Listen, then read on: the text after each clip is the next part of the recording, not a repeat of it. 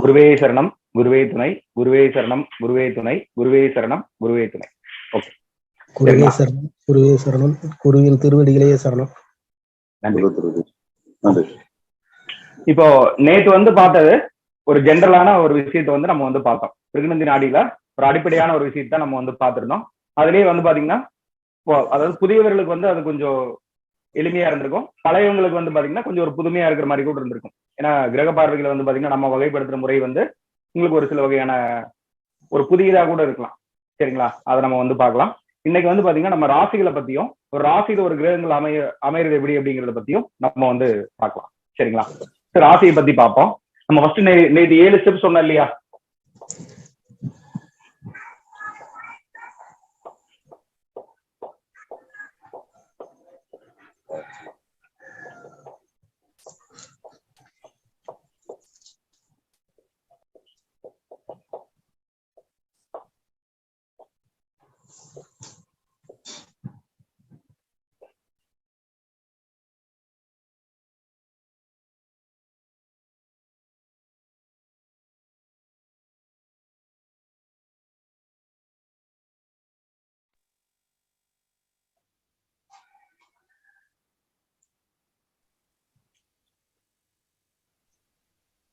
Sir voice கிளியரா இருக்கா?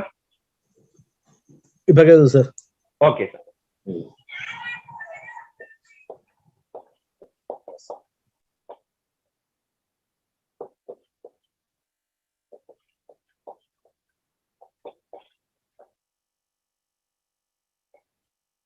இன்னைக்கு பார்க்க போறது மொத்தம் 7 ஸ்டெப்ல நம்ம வந்து 4 ஸ்டெப் தான் பார்ப்போம்னு சொல்லியிருந்தோம். பட் அந்த 7 ஸ்டெப் வந்து தெரிஞ்சுக்கோங்க. ஏன்னா அடிக்கடி நீங்க பார்க்கும்போது எந்த சூழல நீங்க கத்துக்க முடியும் அப்படின்னா கூட நீங்க அதை பத்தி கத்துக்கோங்க. உங்களுக்கு நல்ல நிறைய விஷயங்கள் வந்து கிடைக்க ஆரம்பிக்கும். சரிங்களா? இன்னைக்கு பாக்குறது வந்து ராசிகளை பத்தி நம்ம வந்து பாக்குறோம். சரிங்களா? இந்த ராசி அப்படிங்கிற அமைப்பு எப்படி அப்படின்னா, ஆரம்ப காலத்துல வந்து எப்படி வகைப்படுத்தினாங்க அப்படின்னா, இப்போ பூமி அப்படிங்கிறது இங்க இருக்கிறது வச்சுக்கலாம். ஆகாயம் அப்படிங்கிறது வந்து பாத்தீங்கன்னா எல்லை இல்லாத, சரிங்களா, எல்லை இல்லாத ஒரு அமைப்பு உள்ள இது வந்து பாத்தீங்கன்னா, ஆகாயம் வந்து பாத்தீங்கன்னா எல்லை இல்லாத ஒரு அமைப்பு இருந்துச்சு. நட்சத்திரத்துடைய கூட்டங்கள் தான் வந்து பாத்தீங்கன்னா அப்படியே அங்கங்க வந்து சிதறி கிடக்குது. சரிங்களா? அது வந்து எப்படி இருக்கு அப்படின்னா, இந்த புள்ளி வச்சு கோலம் போட்ட அமைப்புல இருக்கும்.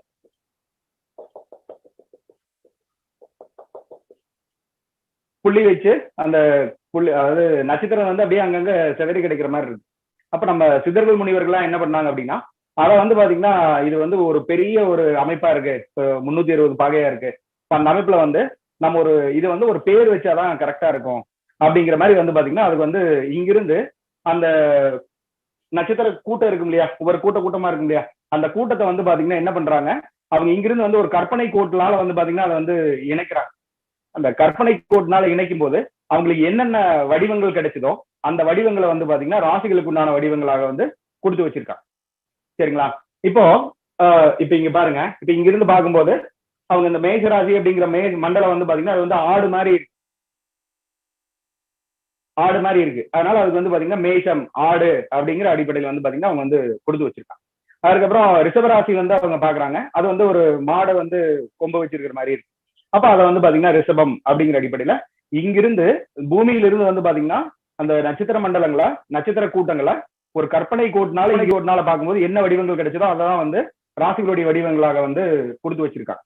அப்ப அந்த ராசிகளுடைய வடிவங்களை வச்சு நம்ம வந்து எளிமையான முறையில வந்து பாத்தீங்கன்னா ஒவ்வொரு விஷயத்தையும் நம்ம வந்து எப்படி வந்து எடுக்கலாம். ஏன்னா எந்த ஒரு விஷயத்தையுமே நீங்க ஒரு லாஜிக்கா படிச்சிட்டீங்க அப்படின்னா உங்களுக்கு வந்து என்னைக்குமே மறக்காத ஒரு தன்மையில இருக்கும். சரிங்களா? அப்ப அதை வச்சு நம்ம வந்து எப்படி பார்க்கலாம் அப்படிங்கறத நம்ம வந்து ஜென்ரலா பார்ப்போம். சரிங்களா? இந்த ராசி அப்படிங்கிறது வந்து பாத்தீங்கன்னா டெபினிஷன் அப்படின்னு பாத்தீங்கன்னா நட்சத்திர கூட்டம்.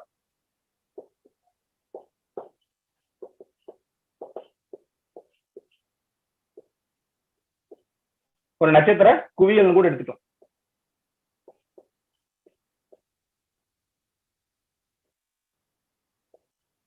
இந்த ராசி அப்படிங்கிறது எதுக்கு பயன்படும் அப்படின்னா, இந்த கிரகங்களை வந்து அளவீடு செய்யறதுக்கு உண்டான ஒரு மைல் கற்களாக ராசி அப்படிங்கிறது வந்து பயன்படுத்தப்படும். கிரகங்கள் வந்து பாத்தீங்கன்னா வானவீதியில சஞ்சாரம் பண்ணிட்டே இருக்கு. அப்போ இந்த ராசி அப்படிங்கிறது வந்து பாத்தீங்கன்னா மைல்கள் அப்படிங்கிறது என்னைக்குமே வந்து மாறாது. மைல்கள் மாறுமா? இங்கிருந்து சென்னை 500 கிலோமீட்டர் போட்டுருந்தாங்க அப்படின்னா அந்த 500 கிலோமீட்டர் 500 கிலோமீட்டராகவே இருக்கும். சென்னை எங்கேயும் போகாது. அப்ப அந்த மைல்கள் மாறுமா? மைல்கள் மாறாது இல்லையா? அப்ப அந்த மைல்கள் மாறி ஒரு மாறாத தன்மையுடைய அமைப்புல வந்து பாத்தீங்கன்னா இந்த ராசியுடைய தன்மை வந்து கொடுக்கணும் அப்படிங்கறதுக்காக என்னைக்கு வந்து நீங்க மேஷ ராசி மண்டலத்தை பாத்தீங்கன்னா அது வந்து மேஷ ராசியாக தான் இருக்கும். புரியுதுங்களா? அப்ப அந்த அமைப்புல வந்து பாத்தீங்கன்னா இந்த ராசி அப்படிங்கிறது வந்து மாறாதது அப்படிங்கிறத தெரிஞ்சுக்கணும்.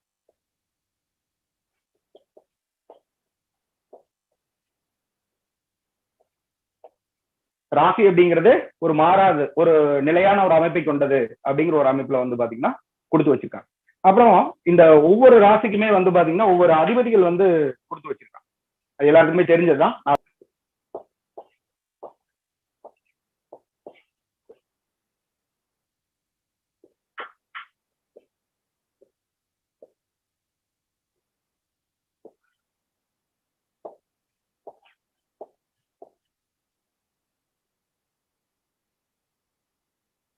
இந்த மாதிரி வந்து பாத்தீங்கன்னா 12 ராசிக்கு வந்து ஒவ்வொரு அதிபதிகள் வந்து கொடுத்து வச்சிருக்காங்க. எல்லாம் பேசிக் தான், தெரிஞ்சதுதான். இப்ப நம்ம இதை வந்து நம்ம எப்படி அடிப்படையில நம்ம பிரிப்போம், நம்ம பிரிகிருதி நாடி முறையில எப்படி நம்ம பயன்படுத்துவோம் அப்படிங்கறத நம்ம வந்து பார்க்கலாம்.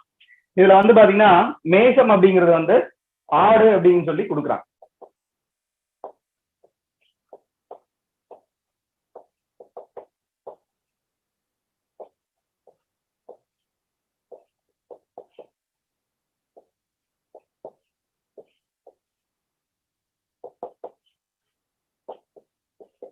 இதை மட்டும் சொல்றேன், நான் உங்களுக்கு எல்லாத்தையுமே சொல்றேன். இப்போதைக்கு இது வந்து நோட் பண்ணிக்கோங்க. இப்ப இந்த மேஷம் அப்படிங்கிறது வந்து பாத்தீங்கன்னா ஆடு அப்படிங்கிற அமைப்புல வந்து கொடுத்துருக்காங்க. இப்போ ஒருத்தர் மேஷ ராசியில பிறந்தாங்க அப்படின்னா ஒருவருக்கு அந்த ஆட்டினுடைய குணாதிசயம் வந்து இருக்கும். அதை வந்து நம்ம பார்ப்போம். இப்ப இந்த ஆடுகள் வந்து எங்கெங்கெல்லாம் வசிக்கும் அதை வந்து பாத்தீங்கன்னா மேஷ ராசியுடைய வசிப்பிடமாக அதுக்கு ஈக்குவேட் பண்ணி வந்து பாத்தீங்கன்னா எடுக்கக்கூடியதுதான் இந்த மேஷ ராசியுடைய வசிப்பிடங்கள். வசிப்பிடம் அப்படின்னா அது அந்த அதுக்கு இணையான பொருட்கள்னு அர்த்தம். இந்த இடமெல்லாம் வந்து பாத்தீங்கன்னா மேஷ ராசியை குறிப்பிடுது அப்படிங்கிற மாதிரி ஒரு ஈக்குவேட் பண்ணி பார்க்கக்கூடிய ஒரு அமைப்பு தான் வந்து பாத்தீங்கன்னா இந்த ஜோதிட சாஸ்திரத்திலே பயன்படுத்தப்பட்டிருக்கு. அதாவது அண்டத்தில் ஒரு அசைவு ஏற்படும் போது அதற்கு இணையான ஒரு அசைவு வந்து பாத்தீங்கன்னா இந்த பிண்டத்திலும் ஏற்படுது அப்படிங்கிறதா வந்து பாத்தீங்கன்னா ஜோதிட சாஸ்திரத்துடைய தத்துவம். இது வந்து பிரபஞ்சத்துடைய ஒரு ஒப்பியல் விதி அப்படின்னு கூட சொல்லலாம். நீங்க மருத்துவத்தில் எடுத்தீங்க அப்படின்னா கூட அதே தன்மை தான் வந்து பாத்தீங்கன்னா வெளிப்படும். இது வந்து மாறாது, அதை வந்து தெரிஞ்சுக்கோங்க. அப்போ இந்த மேஷம் அப்படிங்கிறது வந்து பாத்தீங்கன்னா நம்ம எப்படி வந்து எளிமையா வந்து ஞாபகம் வச்சுக்கிறது அப்படின்னு பார்க்கும்போது இந்த இதோட கருத்துக்கள் எல்லாம் கொடுத்துருப்பாங்க இல்லையா? இப்ப நீங்க மூல நூல்கள்ல பாத்தீங்க அப்படின்னா இப்ப மேஷ ராசி அப்படின்னா வந்து இது வந்து சரராசி, இது வந்து நெருப்பு ராசி, இது வந்து அதாவது அதாவது தொடர்ந்து இயங்கிக் கொண்டே இருக்கக்கூடிய ராசி அப்படிங்கிற மாதிரி எல்லாம் அவங்க வந்து கொடுத்து வச்சிருப்பாங்க. அப்ப அதுக்கெல்லாம் ஒரு லாஜிக் அவங்க வந்து சொல்லியிருக்க மாட்டாங்க.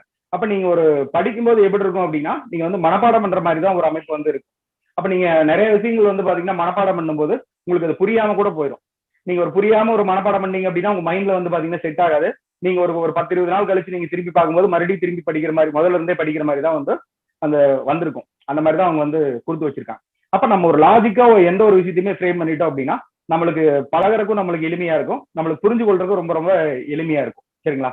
இப்ப இந்த ராசிகளுடைய வடிவத்தை வச்சு அதோட இருப்பிடங்கள்லாம் இங்க பூமியில வந்து என்னென்னலாம் இருக்கு அப்படிங்கறத நம்ம வந்து பார்க்கலாம். சரிங்களா? இப்ப இதுல பாருங்க, மேஷ ராசி அப்படிங்கிறது ஆடு அப்படின்னு சொல்லி குறிப்பிட்டிருக்காங்க. இப்ப இந்த ஆடுகள் அப்படிங்கிறது வந்து பாத்தீங்கன்னா எங்கெங்கெல்லாம் வசிக்குதோ எங்கெங்கெல்லாம் இருக்குதோ அது எந்தெந்த மாதிரி இடத்துல இருக்கோ அதெல்லாம் வந்து பாத்தீங்கன்னா மேஷ ராசியுடைய வசிப்பிடங்களா நம்ம வந்து லாஜிக்கா நம்ம வந்து மைண்ட்ல வச்சுக்க முடியும். அந்த அடிப்படையில இந்த ஆடுகள்லாம் எங்கெங்கெல்லாம் வசிக்கும்? கிராமப்புறத்துல வசிக்குமா? இப்போ நல்லா நோட் பண்ணுங்க.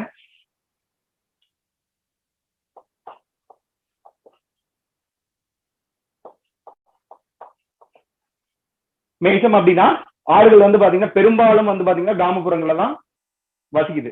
அப்ப அந்த அமைப்புல வந்து பாத்தீங்கன்னா மேஷராசி அப்படிங்கிறது ஒரு கிராமப்புறத்துல வாழும். அப்போ இந்த மேஷராசி குறிக்கிறது வந்து பாத்தீங்கன்னா ஒரு கிராமப்புறமான பகுதி அப்படிங்கிறத ஜென்ரலா வந்து தெரிஞ்சுக்கலாம். இப்போ ஒரு கிராமப்புறத்துல எப்படி எல்லாம் இருக்கும், அதோட வசதி வாய்ப்புகள்லாம் எந்த மாதிரி இருக்கும்? கொஞ்சம் குறைவா இருக்கும் இல்லையா? அப்ப அந்த அமைப்பில் இருக்கிறதுனால மேஷராசி அப்படிங்கிறது போது வந்து பாத்தீங்கன்னா ஒரு அதாவது நாகரிகம் பெரிய அளவுல வளராத இடம் அப்படிங்கிற அமைப்புல கூட அதை வந்து எடுத்துக்கலாம். அப்போ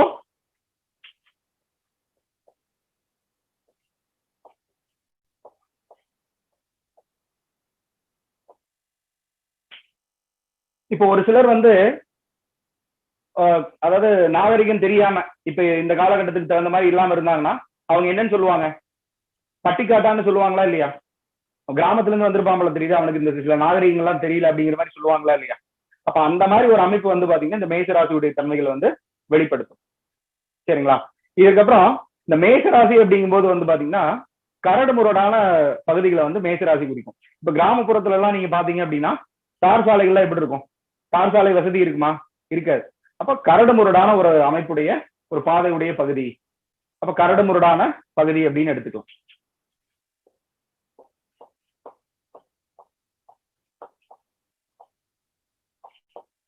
இப்ப ஆடுகள்லாம் எங்கெங்கெல்லாம் வசிக்குது, எங்கெங்கெல்லாம் போய் மேயுது? அப்ப மேய்ச்சல் நிலத்துக்கு போகுமா? மலைகள்ல போய் மேயுமா? அப்போ மேய்ச்சல் நிலத்தை வந்து மேஷராசி குறிக்கும்.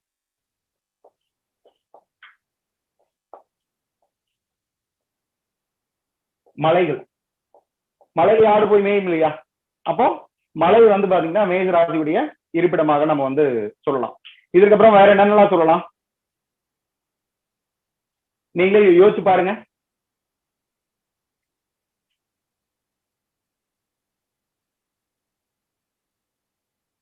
யாராச்சும் ஒருத்தங்க ட்ரை பண்ணுங்க. கூட்டமா இருக்கிற இடத்துல இருக்கிறதுக்கு வாய்ப்பு இருக்குல்ல சார்? அதை எடுத்துக்கலாம் சார். நம்ம அதை வேற இடத்துல பார்ப்போம். மக்கள் கூடுமிடம் அந்த மாதிரி நம்ம வேற மாதிரி பார்ப்போம். அதை குணாதிசயத்தில் நம்ம வந்து அதை ஈக்குவேட் பண்ணி பார்ப்போம். பொதுவா வந்து பாத்தீங்கன்னா சார் அது குணாதிசயத்துல வரும். இது வந்து பாத்தீங்கன்னா நம்ம இருப்பிடத்தை மட்டும் பாக்குறோம். எந்தெந்த வகையான இருப்பிடத்தை வந்து அது வந்து ஆளுமை பண்ணுது அப்படிங்கிற அமைப்புல நம்ம பாக்குறோம். இப்ப இதெல்லாம் நம்ம எங்க பயன்படுத்துவோம் அப்படின்னா, இதெல்லாம் நான் இதோட முக்கியத்துவம் என்ன, இதை நம்ம எந்த நேரத்துல பயன்படுத்துவோம் அப்படின்னா, இப்ப நம்ம ஒரு பரிகாரத்துக்காக பயன்படுத்தும் போதும் இந்த மேஷராசியுடைய தன்மை வந்து பாத்தீங்கன்னா நம்ம வந்து பயன்படுத்துவோம். சரிங்களா? அதை நான் வந்து பின்னாடி நான் சொல்றேன். இது சும்மா தெரிஞ்சுக்கோங்க. இது வந்து ஒரு ஜாதகர் வந்து பாத்தீங்கன்னா எந்த வகையான என்விரான்மெண்ட்ல அவர் வந்து இருப்பாரு, எந்த விதமான என்விரான்மெண்ட்ல அவர் வந்து பாத்தீங்கன்னா வேலை பார்ப்பாரு அப்படிங்கிற அமைப்பு கூட இந்த ஒவ்வொரு ராசியுடைய தத்துவங்களும் வந்து பாத்தீங்கன்னா அது வந்து வெளிப்படுத்திக்கிட்டே தான் இருக்கும். சரிங்களா? இப்ப எப்பவுமே வந்து இப்ப ஆடு மாடுகள்லாம் எங்க வந்து கட்டுவாங்க? பட்டி கட்டுவாங்களா? பட்டி எங்க இருக்கும்? வீட்டுக்கு பின்புறம், வீட்டுக்கு பின்புறமா? ஒரு மறைவான இடத்துல இருக்குமா இருக்காதா? அப்ப ஒரு மறைவான பகுதிகளே வந்து பாத்தீங்கன்னா இது வந்து மேய்ச்சல் குறிக்கும். வீட்டின் பின்புறம்னு எடுத்துக்கலாம், மறைவான பகுதி அப்படிங்கறது கூட நீங்க வந்து எடுத்துக்கலாம். சரிங்களா? ஓகே. இப்ப இதெல்லாம் வந்து பாத்தீங்கன்னா இது ஏதாச்சும் நீங்க மனப்பாடம் பண்ற மாதிரி இருக்கா? மேஷராசி அப்படிங்கறதுல ஏதாச்சும் மனப்பாடம் பண்ற மாதிரி இருக்கா? நீங்க ஆட்டை ஞாபகம் வச்சீங்கன்னா அது எங்கெங்கெல்லாம் இருக்கோ, என்னென்ன தன்மைகள் இருக்கோ அந்த தன்மைகள் எல்லாம் நீங்க சொன்னீங்க அப்படின்னா அதை வந்து பாத்தீங்கன்னா நம்ம ஜோதிட சாஸ்திரத்தை படி நம்ம வந்து பயன்படுத்தலாம். என்ன ராசியில வருது, அதோட வசிப்பிடம் எல்லாம் எங்கெங்கெல்லாம் வருது. வசிப்பிடம் அப்படிங்கிறது இருப்பிடம், என்னென்ன காரகத்துவத்துல அது வந்து கொடுக்குது அப்படிங்கறத நம்ம வந்து தெரிஞ்சுக்கலாம். அப்போ இந்த விவசாய நிலத்துல இருக்குமா?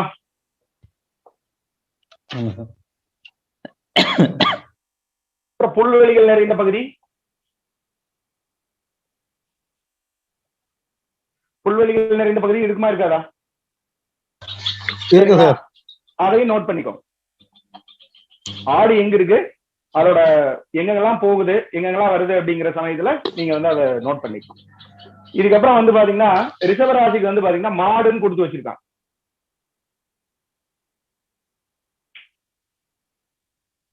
சரிங்களா? ரிஷபராசிக்கு மாடுன்னு கொடுத்து வச்சிருக்காங்க. மாடு வந்து எங்கெங்கெல்லாம் இருக்கும்? மாடு வந்து கிராமத்தில் இருக்கும், ஒரு சில சமயங்கள்ல நகரத்துல கூட இருக்குமா இருக்காதா? பால் பண்ணையில இருக்கும். அப்ப வந்து இது ஒரு கிராமம்னு எடுத்துக்கலாம். ரிஷபம் வந்து பாத்தீங்கன்னாலும் கிராமம்,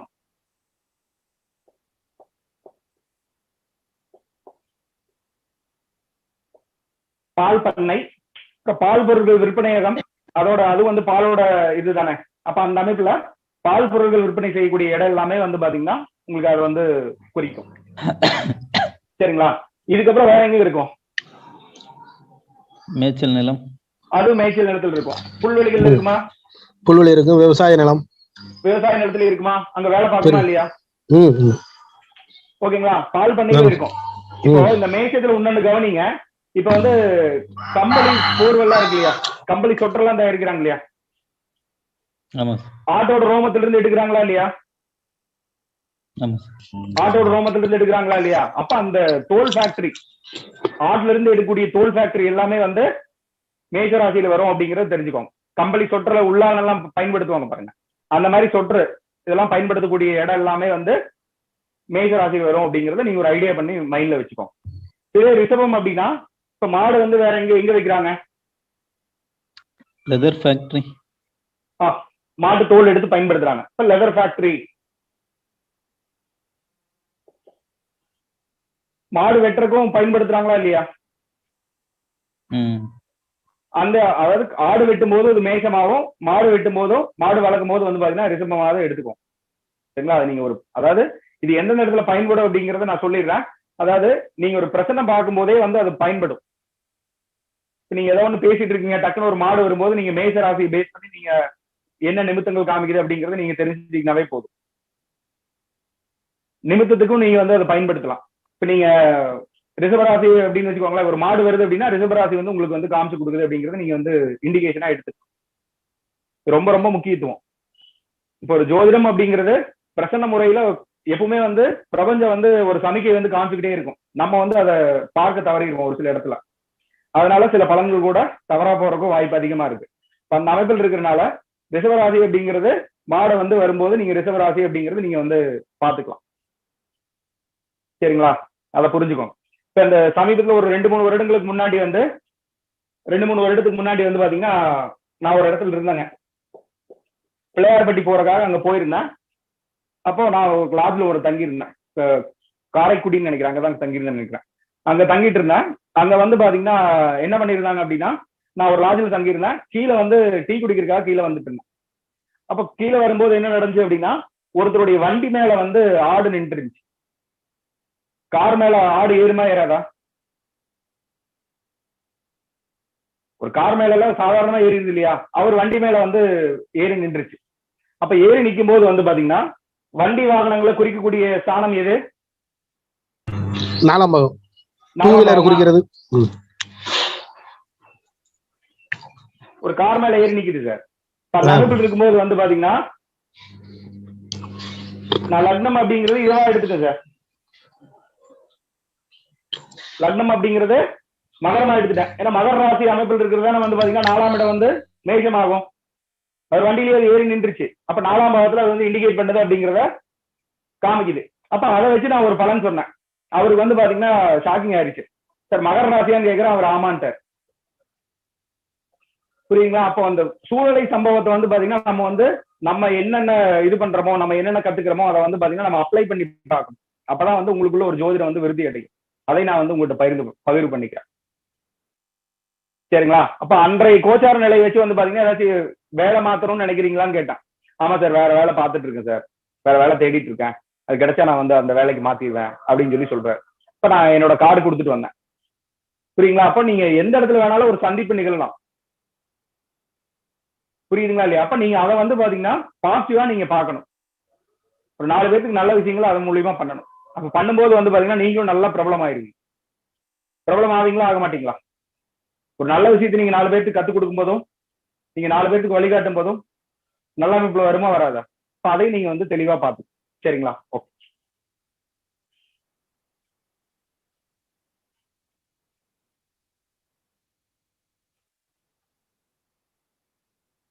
அடுத்தது வந்து பாத்தீங்கன்னா மிதுனம் அப்படிங்கிறது எடுத்துக்கலாம். மிதுனம் அப்படிங்கிறது வந்து இரட்டையர் வந்து கொடுத்து வச்சிருக்காங்க. நீங்க ராசி இதுல பாத்தீங்க அப்படின்னா வடிவத்துல இரட்டையர் அப்படின்னு தான் கொடுத்து வச்சிருக்காங்க. அப்ப அந்த இரட்டையர் வச்சு நம்ம என்ன இருப்பிடமா நம்ம வந்து சொல்றது? அப்போ 2 மனிதர்கள் வந்து பாத்தீங்கன்னா கூடுகின்ற இடம், மக்கள் கூடும் இடம் அப்படிங்கிறத தெரிஞ்சுக்கலாம். அப்போ மனிதர்கள் எங்கெங்கெல்லாம் கூடுறாங்க? பூங்கா, பார்க்கு. வேற பூங்கா, பார்க்கு, நாகரிகம் வளர்ந்த இடம், ஒரு அதாவது விளையாட்டு மைதானம் எடுத்துக்கலாம். சூப்பர். வேற தியேட்டர் எடுத்துக்கலாமா? சினிமா தியேட்டர், பொழுதுபோக்கு. ஒரு பொழுதுபோக்குறதுக்கு எங்கெல்லாம் பயன்படுத்துறாங்களோ அது எல்லாமே வந்து பாத்தீங்கன்னா மிதுன ராசியோட இடம் அப்படிங்கிறத தெரிஞ்சுக்கலாம். ஒரு வியாபார வீதியும் வந்து அது குறிக்கும். ஏன்னா 2 மக்கள் சேர்ந்தாதானே அது வியாபாரம் பண்ண முடியும். அப்ப அந்த வியாபார வீதியும் அது வந்து குறிக்கும். காரணம் புரியுதுங்களா எப்படி எடுக்கலான்ட்டு? அப்ப நீங்க இதெல்லாம் வச்சு வந்து எதிர்காலத்துல ஏதாவது ஒரு சம்பவம் பாத்தீங்க அப்படின்னா கூட இது வந்து எந்த ராசியில வருது அப்படிங்கிறத நீங்க அந்த லொகேஷனை வச்சே நீங்க வந்து கண்டுபிடிச்சிக்கலாம். ராசியுடைய இருப்பிடத்தை வச்சு இது இந்த ராசியில வரும் அப்படிங்கறது நீங்க வந்து தெளிவா வந்து கண்டுபிடிச்சிக்கலாம். சரிங்க. கண்டுபிடிச்சிக்கலாமா இல்லையா? ஓகே. இதுக்கப்புறம் வந்து மிதுன ராசி, அதாவது கடகராசி அப்படிங்கறது நண்டு வந்து குறிச்சு வச்சிருக்காங்க. நண்டுகள் வந்து எங்க வளரும்? வயல்வெளி. வயல்வெளி. வேற? கடல்ல இருக்கு. ஓகே. ஆறு, கடல், அதாவது நீர்நிலைகள்ல நண்டு கண்டிப்பா இருக்கும். அதுலயும் குறிப்பா வந்து பாத்தீங்கன்னா வயல்ல வந்து அதிகப்படியான நண்டுகள் இருக்கு. இருக்குமா இருக்காதா? இருக்கும் சார். அப்ப நண்டுகள் வாழக்கூடிய பகுதி இந்த கடகராசிக்கே வந்து பாத்தீங்கன்னா வயல் ராசி அப்படிங்கிற பேரும் உண்டு. கடகராசிக்கு வயல் ராசி அப்படிங்கிற ஒரு பேர் வந்து உண்டு. அதை வந்து தெரிஞ்சு வச்சுக்கோங்க. இப்ப நண்டுகள் வந்து எங்கெங்கெல்லாம் இருக்கு அப்படிங்கிற அமைப்புல வந்து பாத்தீங்கன்னா நீங்க வந்து பாத்தீங்கன்னாவே தெரிய ஆரம்பிச்சிடும். சரிங்களா? இப்போ இதுல பாருங்க, இது வந்து இந்த மருத்துவ ஜோதிட ரீதியா கூட இதை வந்து பயன்படுத்துவாங்க. இப்போ ஒருத்தங்களுக்கு மார்பு சளி பிடிச்சதுன்னு வச்சுக்கோங்களேன், என்ன பண்ணுவாங்க? நண்டு ரசிக சூப் வைப்பாங்க. நண்டு சூப் குடிப்பாங்க. கேள்விப்பட்டிருக்கீங்களா? கேள்விப்பட்டிருக்கோம். ஏன்னா இங்க பாருங்க, காலபுருஷனுக்கு 4வது ராசி வந்து பாத்தீங்கன்னா இதுதான் வந்து பாத்தீங்கன்னா மார்பகத்தை குறிக்கும், மார்பு பகுதிகளை குறிக்கும், உள்ளுறுப்புகளை அதுதான் குறிக்கும். அந்த அமைப்பில் இருக்கிறதுனால ஒருத்தர் நுரையீரல் அப்படிங்கிறது வந்து பாத்தீங்கன்னா இந்த 4ஆம் பாவத்துல தான் வரக்கூடிய அமைப்பு. அப்போ அந்த இடத்துல ஒரு சளி கட்டும் போது வந்து பாத்தீங்கன்னா இந்த எப்பவுமே வைத்திய சாஸ்திரத்துடைய தத்துவம் என்ன அப்படின்னா முல்லை முள்ளால் எடு, முல்லை முள்ளால் எடு அப்படிங்கிறதா வைத்திய சாஸ்திரத்துடைய தத்துவம். அந்த அமைப்புல வந்து பாத்தீங்கன்னா அந்த இடத்துல அந்த மாதிரி பயன்படுது. நண்டு அப்படிங்கிறது சளியை வந்து நிவர்த்தி பண்ணக்கூடிய ஒரு பொருளாக வந்து அங்க வந்து பயன்படுத்தப்படுது. அதை வந்து தெரிஞ்சு வச்சுக்கோங்க. அப்போ ஒரு சில சமயத்துல வந்து பாத்தீங்கன்னா குளங்கள்ல கூட இருக்கும். அப்ப நீர்நிலைகளை குறிக்கும் பகுதி வந்து பாத்தீங்கன்னா கடகராசி அப்படிங்கிறத நீங்க வந்து தெரிஞ்சுக்கலாம். புரியுதுங்களா? அப்போ ஒரு கடகராசியில ஒரு கிரக ரீதியா நீங்க பரிகாரம் பண்றீங்க அப்படின்னா அதுக்கு வந்து ஒரு நிவர்த்தி பண்ணணும் அப்படின்னா நீங்க நீர்நிலைகள் சார்ந்த என்னென்ன கோயில் இருக்கோ நீங்க அங்க போகும்போது தான் அது வந்து சரியாகும். அதை நம்ம அந்த பரிகார சப்ஜெக்ட்ல பின்னாடி நம்ம வந்து பார்ப்போம். சரிங்களா? இப்ப இதே வந்து பாத்தீங்கன்னா மிதுன ராசியோட சம்பந்தப்படும் போது வியாபார வீதியில் என்ன கோயில் வருமா இல்லையா? அங்க இருப்பாங்களா இல்லையா? வியாபார வீதியில் என்ன கோயில் இருக்கோ அங்க போகும்போது அது வந்து நிவர்த்தி ஆகும். புரியுதுங்களா? இதெல்லாம் புரிஞ்சுக்கோங்க. இதெல்லாம் வந்து நம்ம இணைச்சு நம்ம பின்னாடி நம்ம பலன் பார்ப்போம். ஜென்ரலா இதை மட்டும் தெரிஞ்சு வச்சுக்கோங்க. ஓகே.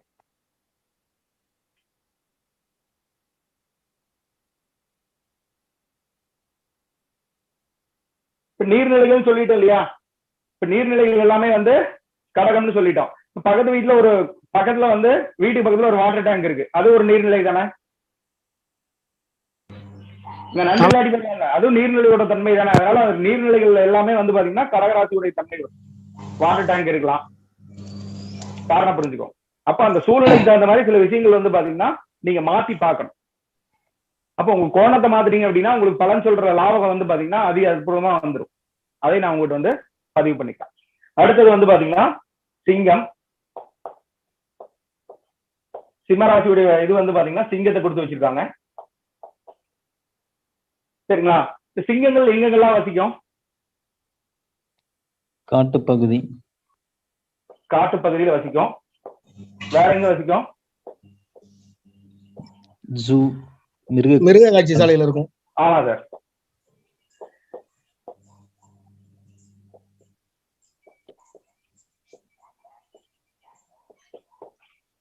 சாதாரணமா காட்டுல வசிக்காது. இது வந்து அடர்ந்த காடு அந்த மாதிரி இருக்கக்கூடிய அமைப்புலதான் வந்து பாத்தீங்கன்னா சிங்கங்கள் வந்து வசிக்கும். அடர்ந்த காட்டுல எங்க வசிக்கும்? அதுல அந்த குகை மாதிரி இருக்கக்கூடிய அமைப்பு ரொம்ப வந்து எப்படி சொல்றது, செக்யூரான பகுதி. இப்போ ஒரு காட்டுக்குள்ள ஒரு சிங்கம் வளர்ந்துருச்சு அப்படின்னா எல்லா மிருகத்தையும் வந்து பாத்தீங்கன்னா அது வந்து தன்னோட கட்டுப்பாட்டுல வைக்கணும் அப்படிங்கிறது நினைக்குமா நினைக்காதா? அப்போ இதுல பாருங்க, காடுகள் வந்து பாத்தீங்கன்னா அடர்ந்த காடுகள் அப்படிங்கறது எழுதிக்கோங்க. சாதாரண காடுகள் இருக்காது. அதுக்கப்புறம் மலை பிரதேசங்கள்ல சும்மா நல்லா அடர்ந்த மலைகளா இருக்கும். அது குகை இருக்கிற மாதிரி இருக்கக்கூடிய அமைப்புலதான் வந்து பாத்தீங்கன்னா அது இருக்கும். அதுக்கப்புறம் மிருக காட்சி சாலைகள்ல இருக்கும். அதுக்கப்புறம் இந்த குகைகள் அப்படிங்கறத வந்து பாத்தீங்கன்னா இப்போ ஒரு சிங்கம் வந்து ஒரு இடத்துல இருந்துச்சுன்னு ஒரு குகையில் இருந்துச்சுன்னா அதுதான் வந்து காட்டுக்கு ராஜா. அது வேற ஒரு சிங்கத்தை வந்து நுழைய விடாது. அது தன்னுடைய எல்லையை வந்து பாத்தீங்கன்னா பாதுகாத்துட்டே இருக்கும். அது குணாதிசயம் நம்ம பார்ப்போம். ஜென்ரலா வந்து தெரிஞ்சு வச்சுக்கோங்க. இப்போ இந்த மாதிரி இருக்கிற அமைப்புல உங்களுக்கு வந்து செக்யூரா இருக்கக்கூடிய எல்லா வகையான பகுதிகளுமே வந்து சிம்ம ராசியில வரும் அப்படிங்கறத தெரிஞ்சுக்கோங்க. ராஜா வந்து செக்யூர் பண்ணது. இப்ப நம்ம நாட்டை ஆளும் தலைவர்கள் வந்து செக்யூரா இருக்காங்களா இல்லையா? அப்ப நாட்டு தலைவர்கள் வந்து பாத்தீங்கன்னா எங்கெங்கெல்லாம் இருக்காங்களோ அந்த ஏரியா அரசாங்க அலுவலகங்கள் செக்யூரா இருக்கா? அரசாங்க அலுவலகங்கள் வந்து பாத்தீங்கன்னா சிம்மராசி வந்து குறிக்கும். அதுக்கப்புறம் வேற எங்க செக்யூரா இருக்கும்? வேற எந்த பகுதி சொல்லலாம்?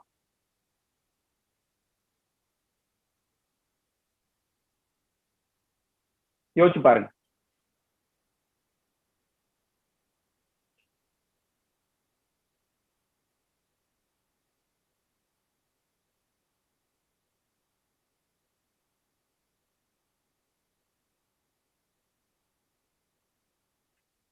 கேஷ் வைக்கும் மேடம் சார்.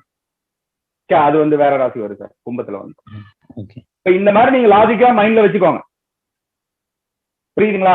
இப்ப நீங்க இது மூல நூல்கள்லாம் புத்தகங்கள்லாம் பாத்தீங்கன்னா அப்படின்னா உங்களுக்கு வந்து லாஜிக்கலா இருக்காது. சும்மா அப்படியே நீங்க மனப்பாடம் பண்ற மாதிரி தான் இருக்கும். இப்ப நீங்க இந்த அமைப்புல நீங்க ஞாபகம் வச்சுட்டீங்க அப்படின்னா ரொம்ப ரொம்ப எளிமையா வந்துடும். அதை நான் சொல்லிக்கிறேன். சரிங்களா? அடுத்தது வந்து கன்னிராசி வந்து குறிச்சு வச்சிருக்காங்க. கன்னிராசியுடைய வடிவம் வந்து பாத்தீங்கன்னா கன்னி பெண்ணு கொடுத்திருக்காங்க. கன்னிராசியுடைய வடிவம் வந்து பாத்தீங்கன்னா கன்னிப்பெண். இப்ப கன்னிப்பெண்கள் வந்து நம்ம எப்படி அதை வச்சு என்ன பலன் சொல்ல போறோம் அப்படின்னு பார்க்கும்போது, அதாவது ஆரம்ப காலத்துல எல்லாம் வந்து பாத்தீங்கன்னா கன்னிராசியுடைய வடிவம் எப்படி கொடுத்திருந்தாங்க அப்படின்னா, ஒரு படகுல வந்து பாத்தீங்கன்னா ஒரு பெண் வந்து நெற்கதிரை வச்சுட்டு தீபத்தை வச்சுட்டு அவங்க அந்த படகுல போற மாதிரி தான் இருக்கும். பழைய பழைய நபர்களுக்கு தெரியும். பழைய போட்டோ பாத்திருக்கீங்களா கன்னிராசியுடைய வடிவம் என்னன்ட்டு? ஒரு நான் சொல்றது 20 வருஷத்துக்கு முன்னாடி சொல்றேன். இப்ப வந்து வெறும் அந்த பெண்ணோட போட்டோ மட்டும் வச்சிருக்காங்க. நெற்கதிரை வச்சுட்டு ஒரு கையில நெற்கதிர் இருக்கும், படகுல வந்து பாத்தீங்கன்னா தீபத்தை பிடிச்சிட்டு அவங்க வந்து போறாங்க. அந்த மாதிரிதான் இருக்கும். அப்ப அது என்ன குறிக்குது அப்படின்னா, அதாவது உங்களுக்கு வந்து மருத்துவச்சி வந்து அவங்க வந்து வைத்தியம் பார்க்க போறாங்களாம். அந்த மாதிரி ஒரு தன்மை வந்து குறிக்குது. அப்போ இதை வந்து என்ன சொல்லலாம்?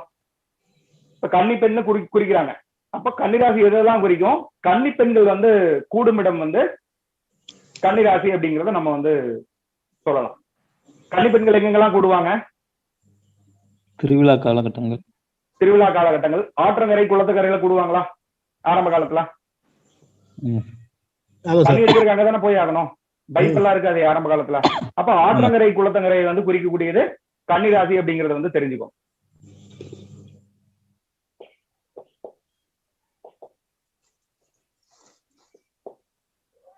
ஆற்றங்கரை குளத்தங்கரையில் இருக்கக்கூடியது எல்லாமே வந்து பாத்தீங்கன்னா கன்னிராசின்னு தெரிஞ்சுக்கோங்க. வேற என்னெல்லாம் குறிக்கும்? ஆதர் சங்கங்கள கூடுறாங்களா பெண்கள்? பியூட்டி பார்லர்ல கூடுறாங்களா? ஆமா சார். கூடுறாங்க sir. Ladies hostel. Ladies hostel எடுத்துக்கலாமா? எடுத்துக்கலாம் சார். அதுக்கப்புறம் மருத்துவர்கள் படிப்பாங்க இல்லையா? மருத்துவத்துக்கு படிப்பாங்க இல்லையா? நர்ஸ். நர்சிங் எல்லாம் இருக்கு இல்லையா? நர்சிங்கோட தன்மை வந்து பாத்தீங்கன்னா அது வந்து கன்னிராசி தான். செவிலியர்கள் இருப்பாங்க இல்லையா? அவங்க வந்து பாத்தீங்கன்னா கன்னிராசி தான். இப்ப இதுல பாத்தீங்கன்னா கன்னிராசியுடைய ராசி அமைப்புல வந்து பாத்தீங்கன்னா 6வது ராசியா வருது இல்லையா? அந்த அமைப்பில் இருக்கிறதுனால மருத்துவங்களையும் குறிக்கும். இந்த இது வந்து கன்னிராசி அப்படிங்கிறது கேரளா வந்து குறிக்கும். கன்னிராசி அப்படிங்கிறது கேரளா குறிக்கும். இங்க நம்ம இந்தியாலே வந்து பாத்தீங்கன்னா அதிகப்படியா மருத்துவ படிக்கணும், அதாவது நர்சிங் தொழில வந்து சேவை மனப்பான்மையா பண்ணணும் அப்படிங்கிறதுல வந்து பாத்தீங்கன்னா அதிகப்படியா நம்ம தமிழர்களை மற்ற எல்லா ஸ்டேட்டை விடவே கேரளாக்கார பெண்கள் தான் அதிகப்படியா அவங்க வந்து படிக்கிறாங்க. புரியுதுங்களா? இதுக்கப்புறமா இங்க இந்தியாலே வந்து பாத்தீங்கன்னா அதிகப்படியான குளங்கள் வந்து ஒவ்வொரு கோயிலுக்கும் ஒரு குளம் வந்து கண்டிப்பா வெட்டி வச்சிருப்பாங்க. இங்க பக்கத்துல ஒரு கோயில் இருந்துச்சுன்னா பக்கத்திலேயே கூட குளம் இருக்கும், இல்ல அந்த கோயிலுக்கு சம்பந்தமான ஒரு இடம் வந்து பாத்தீங்கன்னா குளக்கரை வந்து அங்க இருக்கு. கேரளா போனவங்களுக்கு தெரியும். குளம் இல்லாத கோயிலே அங்க நீங்க பார்க்க முடியாது. அந்த கோயிலுக்கு சொந்தமான ஒரு குளம் கண்டிப்பா வந்து அங்க இருக்கும்.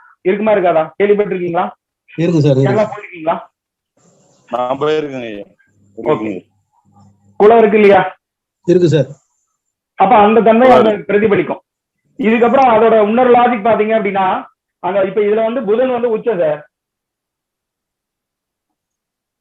புதன் உச்சம். அங்க வந்து பாத்தீங்கன்னா 100% படிப்பறிவு உள்ளவங்க தான் இருக்கிறாங்க. இப்ப கணக்கெடுக்கு படி வந்து பாத்தீங்கன்னா 100% அவங்க வந்து படிப்பறிவு உள்ள மக்கள் தான் அங்க வந்து இருக்காங்க. பெண்கள் வந்து அதிகமா இருக்கக்கூடிய மாநிலம் அப்படிங்கிறது கேரளா தான். கேள்விப்பட்டிருக்கீங்களா? கேள்விப்பட்டிருக்கீங்களா? அதிகமான வந்து பாத்தீங்கன்னா கேரளாவா இருக்கு. இப்ப வந்து தமிழ்நாட்டுல வந்து பாத்தீங்கன்னா இப்ப நிறைய பேருக்கு திருமணம் ஆகாத காரணத்தினால வந்து பாத்தீங்கன்னா என்ன பண்றாங்க அப்படின்னா கேரளாவுக்கு போய் பெண் பாக்குற படலம் வந்து இருக்கு. இங்க பெண் கிடைக்கல அப்படின்னு சொல்லிட்டு கேரளால போய் வந்து பெண் பாக்குறாங்க. இது நிறைய நடக்குது. இப்போ சமீபத்துல கூட நிறைய நடந்துச்சு. புரியுங்களா? அப்ப அந்த காரணத்தினால கன்னிராசி வந்து பாத்தீங்கன்னா கேரளாவை குறிக்கும் அப்படிங்கிறத நம்ம வந்து தெரிஞ்சுக்கலாம். சரிங்களா? அப்ப நம்ம இந்த மாதிரி வந்து பாத்தீங்கன்னா இத உலகியல் ரீதியா கூட நம்ம வந்து அப்ளை பண்ணி பார்க்கலாம். எந்தெந்த மாதிரி வருது, எந்தெந்த ஸ்டேட் எந்தெந்த மாதிரி வருது அப்படிங்கிற மாதிரி நீங்க வந்து பாத்தீங்கன்னா அதை ஆய்வு பண்ணி நீங்க பார்க்க முடியும். சரிங்களா? இது ஒரு உதாரணத்துக்காக தான் உங்களுக்கு நான் வந்து சொல்லிட்டு இருக்கேன். புரியுதுங்களா? ஓகே. அடுத்தது வந்து துளாராசி சார்.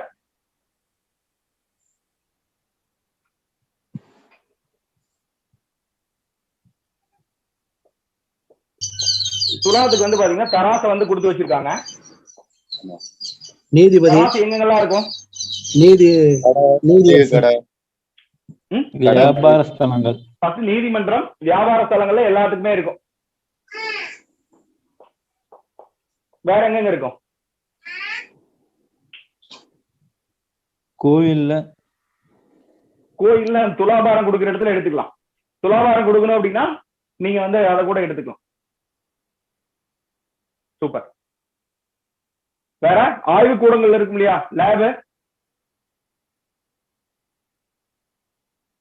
லேப் எல்லாம் பயன்படுத்துறாங்களா இல்லையா? ஆமா சார். ஆய்வகங்கள் அங்க எடை போடுறதுக்காக வச்சிருப்பாங்களா இல்லையா? அப்ப அந்த எந்தெந்த இடத்துல எல்லாம் வந்து பாத்தீங்கன்னா தராசு வந்து பயன்படுத்துறாங்களோ அது எல்லாமே வந்து பாத்தீங்கன்னா துளாராசி வந்து இண்டிகேட் பண்ணுது அப்படிங்கறத நீங்க வந்து தெரிஞ்சு வச்சுக்கலாம். சரிங்களா? வேற எங்க பயன்படுத்துவாங்க? நீதிமன்றங்கள கண்டிப்பா இருக்கு. சும்மாதான் அங்க வச்சிருக்காங்க. சந்தை எடுத்துக்கலாமா? சந்தையில வந்து எடை போட்டு தானே கொடுக்குறாங்க. சந்தையில கண்டிப்பா ஒவ்வொரு கடையிலுமே கண்டிப்பா இருக்கும். இப்ப வியாபார வீதி துலா வந்து பாத்தீங்கன்னாலும் வியாபார வீதி அப்படிங்கிறத தெரிஞ்சு வச்சுக்கோங்க. சரிங்களா? ஓகே.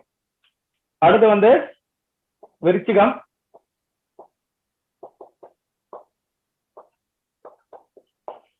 விருச்சிகத்துக்கு வந்து பாத்தீங்கன்னா தேலை வந்து கொடுத்து வச்சிருக்காங்க. தேலை வச்சு நம்ம என்ன வசதிப்படுத்தி நம்ம வந்து கொடுக்கலாம், என்ன வசதிப்படுத்தி கொடுக்க முடியும்?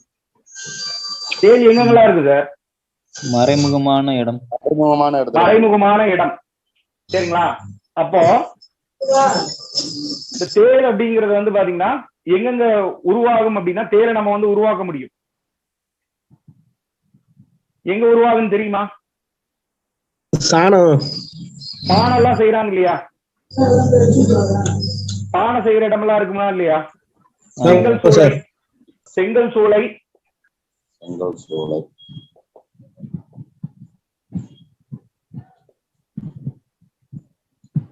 பானைகள் செய்யும் இடம், அதாவது குயவன் வீடுன்னு சொல்லுவாங்க. முள நூல்களை பார்க்கும்போது குயவன் வீடு அப்படின்னு எழுதி வச்சிருப்பாங்க. பாத்தீங்கன்னா தெரியும். அப்ப அந்தந்த இடத்துல எல்லாம் வந்து பாத்தீங்கன்னா உங்களுக்கு வந்து விருச்சிக ராசியுடைய தன்மை வந்து இருக்கும் அப்படிங்கிறத எடுத்துக்குவாங்க. அப்போ தேல் அப்படிங்கிறது வந்து பாத்தீங்கன்னா ஒரு விச ஜந்துவா? அப்ப விச ஜந்துக்கள் வாழும் இடம். விச ஜந்துக்கு வந்து பாத்தீங்கன்னா கொடுக்கு இருக்கா? அதுலதானே கொட்டுது. அப்போ முட்புதர்கள் எல்லாம் பாத்தீங்க அப்படின்னா முள்ளு மாதிரியே இருக்குமா? அதுவும் கொட்டுதா? நம்ம தேவையில்லாம ஏதாவது ஒண்ணு பண்ணோம்னா கையில கொட்டிடுது இல்லையா? கையில குத்திடுதா இல்லையா? வலிக்குதா? அதிகப்படியா வலிக்குமா இல்லையா? விஷமுள்ளுன்னு சொல்லுவாங்க. அப்போ இந்த விஷ செடிகள்லாம் எங்கெங்கெல்லாம் வாழுதோ அதெல்லாம் வந்து பாத்தீங்கன்னா விருச்சிக ராசியோட இடமா எடுத்துக்கலாம். அதுக்கப்புறம் விஷ ஜந்துக்கள் வாழும் இடம், அது ஒரு மறைவிடம்னு எடுத்துக்கலாம். தேல் எங்க இருக்குன்னு யாருக்குமே தெரியாது. தெரியுமா? திடீர்னு வந்து கையில கொட்டிடும். புரியுதுங்களா? அதை வந்து தெரிஞ்சு வச்சுக்கோங்க. ஓகே. அப்புறம் கழிவுகள் நிறைந்த பகுதி, அசுத்தமான பகுதி வந்து விருச்சிக ராசியுடைய இருப்பிடமாக வந்துடும். கழிவு நீர் தேங்கும் இடமா எடுத்துக்கலாம்.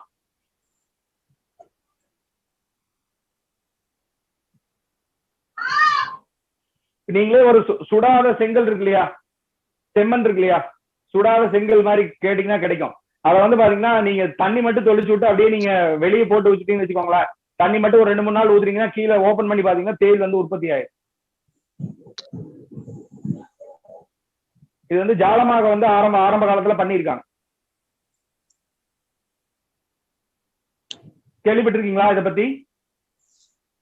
ஜால விதிகள்லாம் காண்பாங்க இல்லையா, அவங்க எல்லாம் வந்து இந்த முறையை வந்து பயன்படுத்தியிருக்காங்க. கருந்தேல் உற்பத்தி பண்றது எல்லாமே அவங்க வந்து பயன்படுத்தியிருக்காங்க. கருந்தேல் உற்பத்தி பண்றது வேற முறையா இருக்கு. அப்ப நம்மளே ஒரு சில விஷயத்தை வந்து பாத்தீங்கன்னா உற்பத்தி பண்ண முடியும். அதுக்காக இதை சொல்றேன். ஓகே,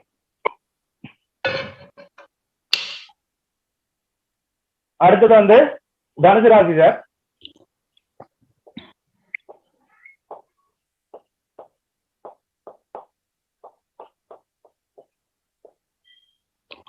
தனுசு ராசியுடைய வடிவம் அப்படின்னு பார்க்கும்போது என்ன கொடுத்துருந்தாங்க, இப்ப வந்து வில்லம்பு கொடுத்துட்றாங்க. ஆரம்ப காலத்துல எப்படி இருந்துச்சு அப்படின்னா, அதாவது குதிரையுடைய உடல் இருக்கும், குதிரையுடைய கால்கள் இடுப்பு பகுதிக்கு மேல மனித தலை இருக்கிற மாதிரி இருக்கும். அந்த மாதிரி பாத்துருக்கீங்களா போட்டோ? பாத்துருக்கேன் சார். நாரணியா இங்கிலீஷ் படத்துல கூட வருது சார், நாரணியா ஒரு படம் வந்துச்சு.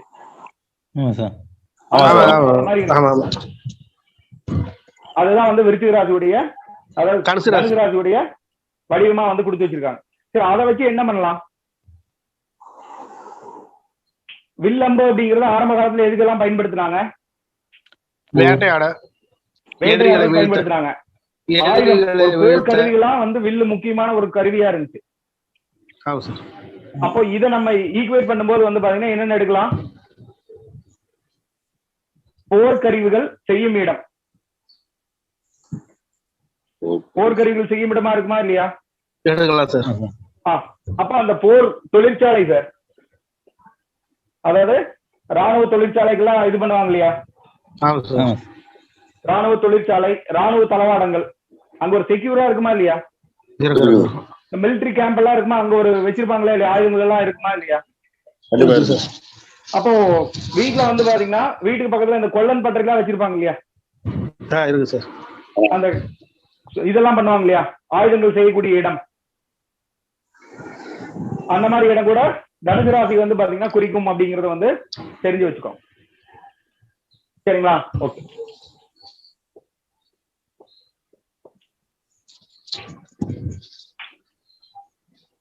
தனுசு ராசிக்கு வந்து பாத்தீங்கன்னா பேங்க்னு எழுதிக்குவாங்க சார். இப்ப பேங்க்லயும் வந்து ஆயுதம் வச்சிருக்காங்களா இல்லையா? ஏடிஎம்ல துப்பாக்கியோட உட்கார்ந்துருக்காங்களா இல்லையா? இருக்கு சார். ஆயுதத்தோட யார் வர்றாங்களோ தனுசு ராசியுடைய அமைப்பு. இப்ப குர்கா வந்து பாத்தீங்கன்னா துப்பாக்கி வச்சிருக்காரா, கத்தி வச்சிருக்காரா? கத்தி வச்சிருக்காரா இல்லையா? அப்ப இருக்கு. இப்போ போலீஸ்காரர் வந்து பாத்தீங்கன்னா துப்பாக்கி வச்சிருக்காரு. அப்ப ஆயுதங்கள் யாரெல்லாம் வச்சிருக்காங்களோ அவங்க வந்து பாத்தீங்கன்னா தனுசு ராசியோட அமைப்பு அப்படிங்கிற வர்றாங்க அப்படிங்கிறது தெரிஞ்சுக்கணும். சரிங்களா? ஓகே. இப்ப மகர ராசி அப்படிங்கிறது முதலைன்னு எடுத்துக்கலாம். முதலை வந்து எங்கெல்லாம் வசிக்கும் சார்? ஆற்றங்கரை, குளக்கரை, ஆறு, ஆத்தங்கரை, குளம், கடல், குளத்துல கூட, அதாவது டெல்டா பகுதிகள்ல தான் அதிகமா இருக்கு சார். அதாவது ஆறு அந்த கடலும் சந்திக்கிற இடம். அணைக்கட்டு, கடல், சமவெளி. ஆமா, சமவெளி பகுதிகள்ல அதிகமா இருக்கும். சமவெளி பகுதிகள் தான் இருக்கும். இதுக்கு வந்து பாத்தீங்கன்னா கடல்ல இருவாழ் வீடு, நிலத்திலையும் வாழும், நீர்லயும் வாழும். வாழுமா வாழாதா? அப்ப அந்த அமைப்புல வந்து பாத்தீங்கன்னா முதலை அப்படிங்கறது வந்து பாத்தீங்கன்னா சமவெளி பகுதிகள தான் இருக்கும். இப்ப சமவெளி பகுதிகளில் எப்படி எல்லாம் இருக்கும்? நிலம் எப்படி இருக்கும்? டெல்டா பகுதிகள எப்படி இருக்கும்? சகதியா இருக்குமா இல்லையா? சகதிதான். அப்ப சேரும் சகதியும் நிறைந்த இடம். சேரு சகதி எப்படி கஜ கஜ கஜன்னு இருக்கு இல்லையா, அந்த மாதிரி இருக்கிற இடம். அந்த மாதிரி இருக்கிற இடம் வந்து வயல்வெளியில அந்த மாதிரி இருக்குமா? வயல்வெளியில இருக்குமா இருக்காதா? வேற எங்க அந்த மாதிரி இருக்கும்? விவசாய நிலத்திலேயே அந்த மாதிரி இருக்கும். ஒரு நிலத்தை வந்து உழுவாங்க இல்லையா, அப்ப அந்த அதாவது நிலத்தை உழுவக்கூடிய இடத்துலயும் வந்து பாத்தீங்கன்னா அந்த மாதிரி அமைப்பு. அதை வந்து தெரிஞ்சு வச்சுக்கோ. சரிங்களா? ஓகே.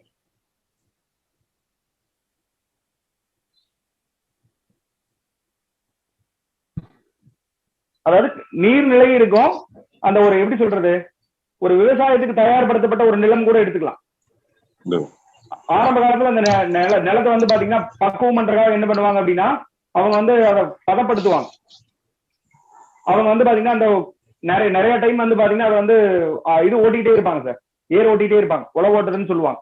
அதை ஓட்டிக்கிட்டே இருப்பாங்க, 4-5 டைம் வந்து அவங்க வந்து ஓட்டிக்கிட்டே இருப்பாங்க. மறுபடியும் மழை வரும், மறுபடியும் திருப்பி ஓட்டுவாங்க. அதை வந்து மண்ணை வந்து சமப்படுத்துறது, பதப்படுத்துறது. அதாவது உள்ள இருக்கக்கூடிய சத்துக்கள் எல்லாம் வெளியே கொண்டு வர்றதுக்காக வந்து பாத்தீங்கன்னா ஒரு 3-4 டைம் ஏர் ஓட்டுவாங்க. புரியுதுங்களா? அப்ப இந்த மகர ராசிக்கு வந்து பாத்தீங்கன்னா விவசாய நிலங்களை வந்து குறிக்கும், விவசாய நிலங்களை குறிக்கும்.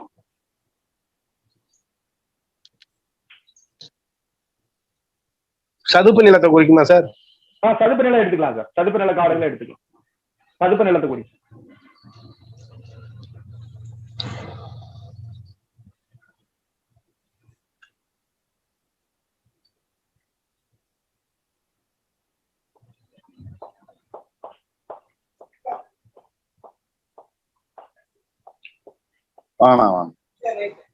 கும்பம் வந்து பாத்தீங்கன்னா பானை இருக்கு. இந்த பழைய போட்டோ வந்து பாத்தீங்கன்னா 2-3 வகையில அவங்க வந்து கொடுத்துருப்பாங்க. ஒரு பெண் வந்து இருக்கக்கூடிய அமைப்புல இருக்கு, ஒருத்தர் வந்து தோல்ல வச்சுட்டு போற மாதிரி கூட இருக்கு, மேற்கத்திய வடிவத்துல ஒரு சில மாத்தி மாத்தி கூட அவங்க வந்து கொடுத்து வச்சிருக்காங்க. பொதுவா வந்து பாத்தீங்கன்னா பானை அப்படிங்கிறத தெரிஞ்சு வச்சுக்கோ.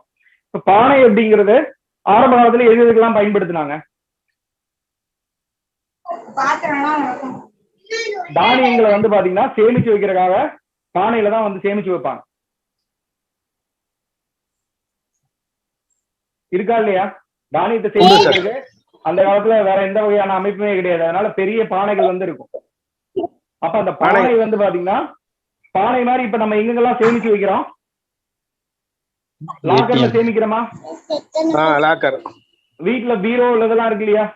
ஆமா சார். அப்ப அந்த மாதிரி லாக்கர் நம்ம வந்து ரகசியமா இருக்கக்கூடிய இடம், அது ரகசியமா இருக்கக்கூடிய இடம் தானே? ஆமா சார்.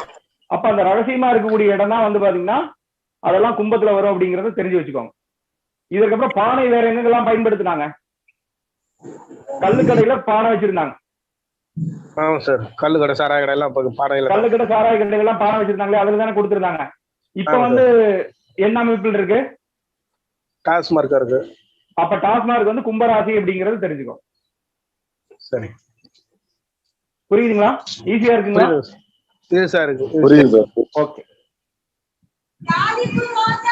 வேற எங்க சார் பானை இருக்கும்? சமைக்கிறதுக்கு பானை செய்யற இடத்துலயும் பானை இருக்குமா? ஆமா ஆமா. அதுக்கப்புறம் பானை அதுக்குள்ள என்ன இருக்குன்னு தெரியுமா? தெரியாது சார். நம்மளால ஒரு இடத்த பார்க்க முடியலன்னு வச்சுக்கோங்களேன், சீக்ரெட்டான இடம், ரகசியமான இடம், ரகசியமான இடம் எல்லாமே கும்பராசி அப்படிங்கறத தெரிஞ்சு வச்சுக்கோங்க.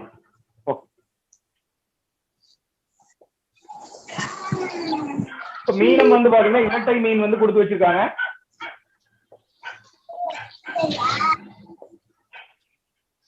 இரட்டை மீன் வந்து அவங்க கொடுத்து வச்சிருக்காங்க. அப்ப இரட்டை மீன் வந்து மீன்கள்லாம் எங்கெல்லாம் இருக்கும்? ஆறு, குளம், கடல். கடல், ஆறு, நீர்நிலைகள் எங்கெங்கெல்லாம் இருக்கும்? ஆறு, குளம், குட்டை, கடல், எங்கெங்கெல்லாம் ஆறு இருக்கோ, கிணறு எல்லாமே வந்து அங்க மீன் இருந்துச்சு அப்படின்னா அங்க மீனராசி வந்துடும். மீன சந்தை, சந்தை மீன் சந்தை சார், மீன் சந்தை. மீன் கடை, மீன் கடையில் குறிக்கும்.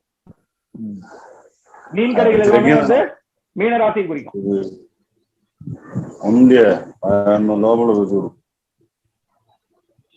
சரிங்களா? அத பாருங்க. இப்ப இதே வந்து பாத்தீங்கன்னா இப்ப ஒருத்தர் மீன் கடை ஆரம்பிக்கலாமான்னு ஒருத்தர் கேக்குறாரு, அப்படி வச்சுக்கலாமே. எதிர்காலத்துல உங்களுக்கு வேற ஒரு ஜோதிட முறை பார்க்கும்போது உங்களுக்கு வந்து யூஸ் ஆகும். மீன் கடை பார்க்கலாம் வைக்கலாமா அப்படின்னா நீங்க எந்த ராசியை ஆய்வு பண்ணுவீங்க? மீனராசி ஆய்வு பண்ணுவீங்க. இப்ப நான் ஒரு டாஸ்மார்க் பார ஏலம் எடுக்கலாமான்னு கேக்குறாரு, எந்த ராசியை ஆய்வு பண்ணுவீங்க? கும்பராசி ஆய்வு பண்ணணும். Super sir. நான் இந்த மாதிரி ஒரு பற்ற ஒண்ணு வைக்கலான்னு இருக்கேன் அப்படின்னா எந்த ராசியை ஆய்வு பண்ணுவீங்க? தனுசு. கொல்லம் பற்றைங்கிறது வந்து தனுசு ராசி. தனுசு தான் சார். பற்றை அப்படிங்கிறது தனுசு தான். இப்ப நான் ஒரு பால் கம்பெனி வைக்கலான்னு இருக்கேன் அப்படின்னு கேக்குறாரு, ரிஷபராசி. ஓகே. இப்போ ஒருத்தர் வந்து ஆட்டு பண்ணை வைக்கலாமான்னு கேக்குறாரு, மேஷராசி. மாட்டு பண்ணை வைக்கலாமான்னு கேக்குறாரு, ரிஷபராசி. ஓகே. இதுக்கப்புறம் நான் வந்து கிணறு தோண்டலாமான்னு கேக்குறாரு. மீனராசி. பண்ணுவீங்க மீனராசி. கடகராசி. கடகராசி. கடகராசி வந்து பாத்தீங்கன்னா கிணறு குறிக்கும் அப்படி வச்சுக்கோங்க. அதுக்கப்புறம் நான் வந்து ஏதாவது அரசாங்க வேலைக்கு முயற்சி பண்ணலாமான்னு கேக்குறாரு. சிம்மராசி. சிம்மராசி ஆய்வு பண்ணணும். இப்ப நான் வந்து மருத்துவம் படிக்கலாமான்னு கேக்குறாரு. கன்னிராசி. ஓகேங்களா. இப்ப இந்த விருச்சிக ராசி வந்து பாத்தீங்கன்னா இந்த லேப் எல்லாம் இருக்கும் இல்லையா, லேப்ல வந்து பாத்தீங்கன்னா இந்த அமிலம் இதெல்லாம் வச்சிருப்பாங்க இல்லையா, அந்த மாதிரி கொஞ்சம் டேஞ்சரான பொருட்கள்லாம் இருக்குமா இல்லையா, அந்த மாதிரி இருக்கிறது விருச்சிக ராசியில எழுதிக்கும். லேப் எப்படி இருக்கும்? இப்ப இந்த ரத்த பரிசோதனை மையம் அப்படின்னா அங்க எப்படி இருக்கும்? கொஞ்சம் கஜகஜன் இருக்குமா இல்லையா? அந்த தன்மை இருக்கும். அப்ப பொதுவா வந்து பாத்தீங்கன்னா விருச்சிக ராசியும் கன்னிராசினா வந்து பாத்தீங்கன்னா அதிகப்படியா அவங்க வந்து லேப் டெக்னீஷியன்ல அதிகப்படியா இருப்பாங்க. மருத்துவர் அவங்க அதிகப்படியா அவங்க படிப்பாங்க. அவங்களுக்கு தான் அந்த ஆர்வம் அதிகமா இருக்கும். அதை வந்து தெரிஞ்சு வச்சுக்கோ. ஓகே.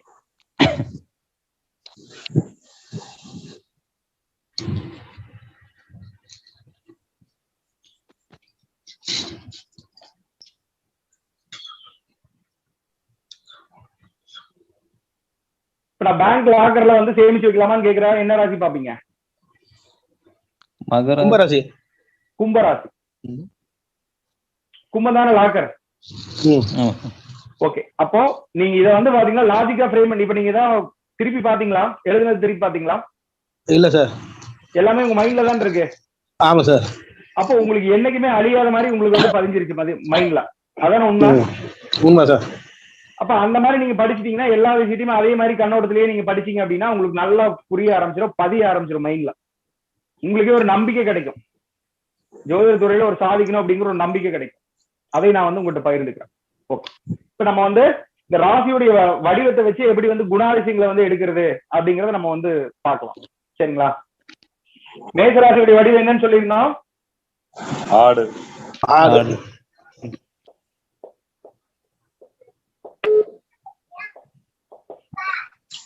சரிங்களா? இப்ப ஆடு வந்து என்னென்னலாம் பண்ணுதோ அதுதான் வந்து பாத்தீங்கன்னா மேஷராசியுடைய குணாதிசயமா நம்ம வந்து எடுத்துக்கலாம். மைண்ட்ல எளிமையா பண்ற மாதிரி மனசுல பதிகிற மாதிரி வச்சுக்கலாம். இப்ப ஆடு என்னென்னலாம் பண்ணோம்? தன்னுடைய இனத்தோட எனவே முட்டிக்கும். ஆமா சார். அப்போ அதாவது ஆடு அப்படிங்கிறது மேஷராசி குறிக்குது அப்படி வச்சுக்கலாம். இப்ப இந்த மேஷராசி அப்படிங்கறது ஆடை நீங்க நல்லா கவனிச்சு பாத்தீங்கன்னாவே தெரியும். ஆடு வந்து எப்பவுமே வந்து பாத்தீங்கன்னா ஒரு இடத்துல இருக்காது சார், ஓடிட்டே தான் இருக்கும். ஆடை வந்து பாத்தீங்கன்னா கட்டுப்படுத்தவே முடியாது. கட்டுப்படுத்த முடியுமா? முடியாது சார், கட்டுப்படுத்த முடியாது. அப்ப அது எப்ப கட்டுப்படும் அப்படின்னா போய் ஒரு பட்டியல அடைஞ்சிருக்கு இல்லையா, அப்பதான் வந்து பாத்தீங்கன்னா அது வந்து கட்டுப்படும். எப்ப பார்த்தாலும் சண்டை போட்டே இருப்பார். ஒவ்வொருத்தர் கூட வந்து பாத்தீங்கன்னா ஒண்ணுக்கு ஒண்ணு முட்டி சண்டை போட்டுக்கிட்டே தான் இருக்கும். மேஷராசிக்காரங்க அப்படின்னு பார்க்கும்போது யார் சொன்னாலும் கேட்க மாட்டாரு, கோபம் அதிகமானவர், கலகப்பிரியர், அடிக்கடி சண்டை போட்டே இருக்கிறதுனால கலகப்பிரியர் அப்படிங்கிறத எடுத்துக்கலாம். அதுக்கப்புறம் வந்து இப்போ இக்கரைக்கு அக்கறை பச்சை அப்படின்னு அவருக்கு தெரிஞ்சுக்கிட்டே இருக்கும். இங்க ஒரு ஆடு மேயுது அப்படின்னா பக்கத்துல வந்து பாத்தீங்கன்னா அந்த பக்கம் பார்த்துட்டு அப்படியே மேய்ஞ்சிட்டே இருக்கும். மாடு வந்து ஒரே இடத்துல நிலையா தான் மேய்ஞ்சிட்டு இருக்கும். ஆனா ஆடு வந்து இப்போ ஆரம்பிச்சுட்டீங்க அப்படின்னா அந்த கோடு வரைக்கும் போயிடும், அந்த காட்டோட எண்டு வரைக்கும் போயிடும். மறுபடியும் அங்கிருந்து திரும்பி பார்க்கும்போது இங்கேயே பச்சையா இருக்கு அப்படிங்கிற மாதிரி வந்துடும். அப்ப எப்பவுமே அது நுனிப்புள் மேய்பவர் அப்படின்னு அர்த்தம். நுனிப்புள் மேய்பவர் எதையுமே மேலான கண்ணோட்டத்தோட பார்த்துட்டு அதுல ஒண்ணும் இல்ல, ஒரு விஷயம் இல்ல அப்படிங்கிற மாதிரி வந்துருவார்.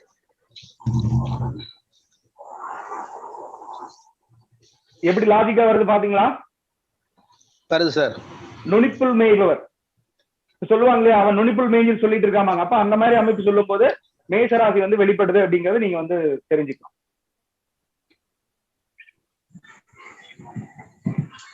அப்புறம் எப்ப பார்த்தாலும் ஆட்டை பாத்தீங்க அப்படின்னா கத்திக்கிட்டே இருக்கும். எது கத்துது? ஆள் யாராச்சும் போனாங்கன்னா கத்திக்கிட்டே இருக்கும். பட்டிக்கு போனீங்க அப்படின்னாவே நீங்க சும்மா போனீங்கன்னு வச்சுக்கோங்களேன், கத்திக்கிட்டே இருக்கும். ஏன்னா அதை வந்து கவனிக்கணுமாமா, அதுக்கு ஏதாவது ஒண்ணு பண்ணணுமாமா. அப்ப எல்லோரும் தன்னை கவனிக்க வேண்டும் என்று எண்ணம் உடையவர்கள். அப்புறம் நான் இருக்கிறேன் அப்படின்னு அது காமிச்சிட்டே இருக்கும், அதுக்காக தான் கத்துது.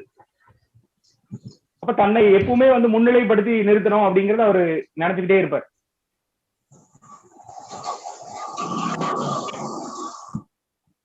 இப்போ ஆடுகள் வந்து பாத்தீங்கன்னா இனவிருத்திக்காக வந்து எப்ப பார்த்தாலும் சேர்க்கை பண்ணிட்டே தான் இருக்கும். அப்ப அதனால வந்து சிற்றின்ப பிரியர்கள் அப்படிங்கறத எடுத்துக்கோம்.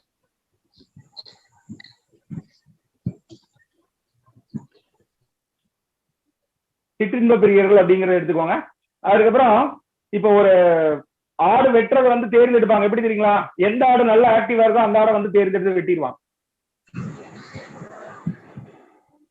நீங்க ஆட்டுக்கடை எல்லாம் பாத்தீங்கன்னா தெரியும், எந்த ஆடு நல்ல ஆக்டிவா இருக்கோ அந்த ஆடை வெட்டுவாங்க. ஏன்னா அவங்க கறிக்கடை வியாபாரம் வந்து பாத்தீங்கன்னா ஸ்பீடா நடக்கணுமாமா. ஒரு சோம்பேறியான ஆடை வெட்டினாங்க அப்படின்னா அந்த கறி கூட வந்து ஸ்பீடா போகாதாம். அப்போ இவரா போய் வந்து மாட்டிக்குவாரு, இவரா வாய் பேசி போய் மாட்டிக்கிறது. சுறுசுறுப்பா இருந்தா மாட்டிக்கிருவாங்க. ஆமா சார், அவ்வளவுதான் சார். இவருக்கு எதிரி இவரே தான். ஆமா சார். அப்புறம் இவருக்கு பயம்னா என்னன்னே தெரியாது சார். மரத்து மேல கூட ஏறிடும். ஆடு மரத்து மேல ஏறிடும், ஆனா இறங்குறதுக்கு வந்து வழி தெரியாது. தெரியுமா? தெரியாது சார். பில்டிங் மேல ஏறிடும், பில்டிங்ல இருந்து இறங்க தெரியாது, அங்க போய் கத்திக்கிட்டே இருக்கு மேன்ட்டு. புரியுங்களா? அப்போ பின் விளைவை அறியாம வந்து பாத்தீங்கன்னா ஒரு காரியத்தில் இறங்கி அதை வந்து பாத்தீங்கன்னா மாட்டிக்கொள்பவர். என்ன விளைவு ஏற்படும் அப்படிங்கறது தெரியாமையே போய் மாட்டிக்கிறது. அப்ப இவர் தன்னிச்சையா முடிவெடுத்தா என்ன ஆகும்? தோல்வியில முடியும். ஆமா சார், இவர் போய் மாட்டிக்குவார். ஓகே, சரிங்களா? இது இந்த அளவுக்கு சொன்னா போதும். அப்படியே சொல்லுங்க மேசராசியுடைய குணாதிசயத்தை.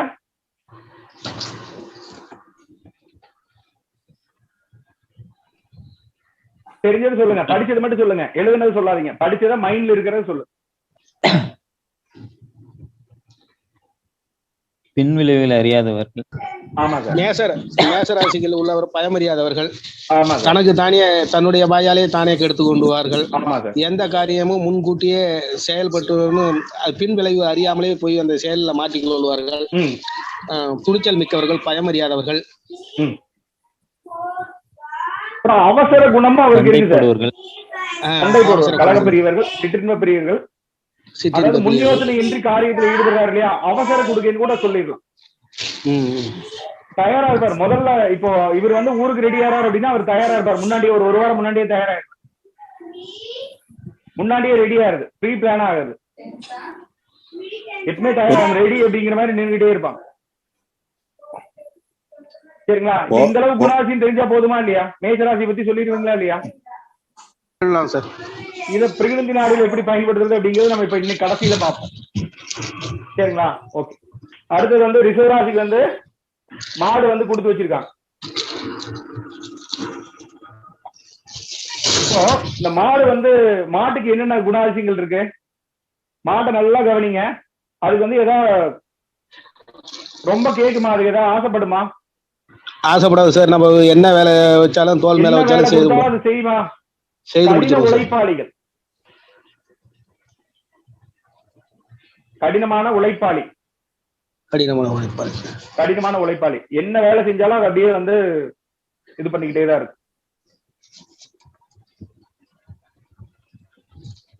பெரிய அளவுல எதிர்பார்ப்பு இருக்காது சார். எனக்கு இதுதான் வேணும் அதுதான் வேணும் அப்படிங்கிற மாதிரி அது எதிர்பார்க்காது. இருக்கிறத அப்படியே இது பண்ணிடும்.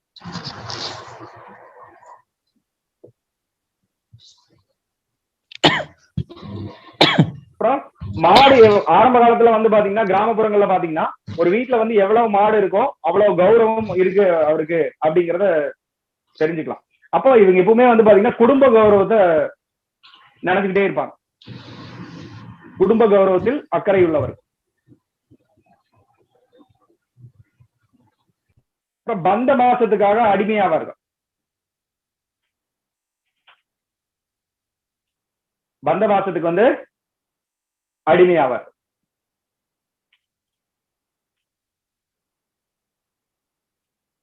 மாடை பாத்தீங்க அப்படின்னா ஒரு பழக்கப்பட்ட வேலையை வந்து அது வந்து சுறுசுறுப்பா செஞ்சுக்கிட்டே இருக்கும். நீங்க இப்ப ஒரு மாடை வந்து பாத்தீங்கன்னா கிராமத்துல இருந்து அந்த தோப்புல இருந்து அவங்க வீட்டுக்கு மண்டி பூட்டி விட்டாங்க அப்படின்னா அவங்க வீட்டுக்கு வந்து சேர்ந்துரும். அது எத்தனை கிலோமீட்டர் இருந்தாலும் பரவாயில்ல, ஆள் வந்து வரணும் அப்படிங்கிற அவசியம் கிடையாது. அப்போ பழக்கப்பட்ட வேலைகளை வந்து பாத்தீங்கன்னா திறம்பட செய்பவர். புதிய வேலை கத்துக்கிறதுக்கு அவங்க வந்து ஒரு சோம்பேறித்தனம் கூட படலாம். பழக்கப்பட்ட வேலைகளை அவங்க வந்து சுலபமா செஞ்சிருவாங்க. புதிய வேலை வந்து அவங்களுக்கு வந்து கற்றுக்கொள்ள விருப்பம் இருக்காது, அல்லது அவங்க ரொம்ப லேட்டா கத்துக்குவாங்க.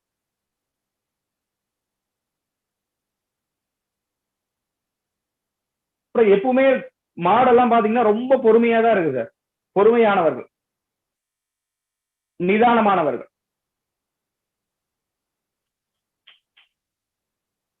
ஆடை பார்த்து கவனிச்சீங்கன்னா நிறைய டைம் கத்துக்கிட்டே இருக்கும்.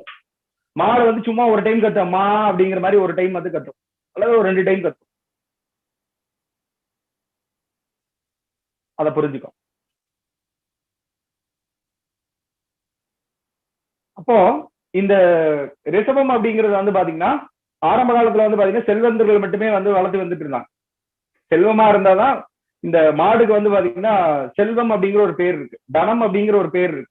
ரிஷபராசிக்கு வந்து பாத்தீங்கன்னா தனம் அப்படிங்கிற ஒரு பேர் இருக்கு. சரிங்களா? மாடுதான் வந்து பாத்தீங்கன்னா செல்வம். ஆமா, மகாலட்சுமியும் அங்கதான் இருக்காம, சகல விதமான தேவர்களும் பசுமாட்டுலதான் இருக்காம. அந்த தன்மை இருக்கிறதுனால இப்ப இவங்களுக்கு எப்பவுமே வந்து பாத்தீங்கன்னா ஒரு செல்வ செழிப்புல ஒரு தன்மை வந்து வந்துடும். செல்வ செழிப்பான ஒரு தன்மை வந்து இவங்களுக்கு எப்படியா ஒரு வகையா வந்து பாத்தீங்கன்னா. சரிங்களா? அதை வந்து ஜென்ரலா வந்து தெரிஞ்சு வச்சுக்கோங்க. அதுக்கப்புறம் வேற என்ன சொல்லலாம் ரிஷபராசியில?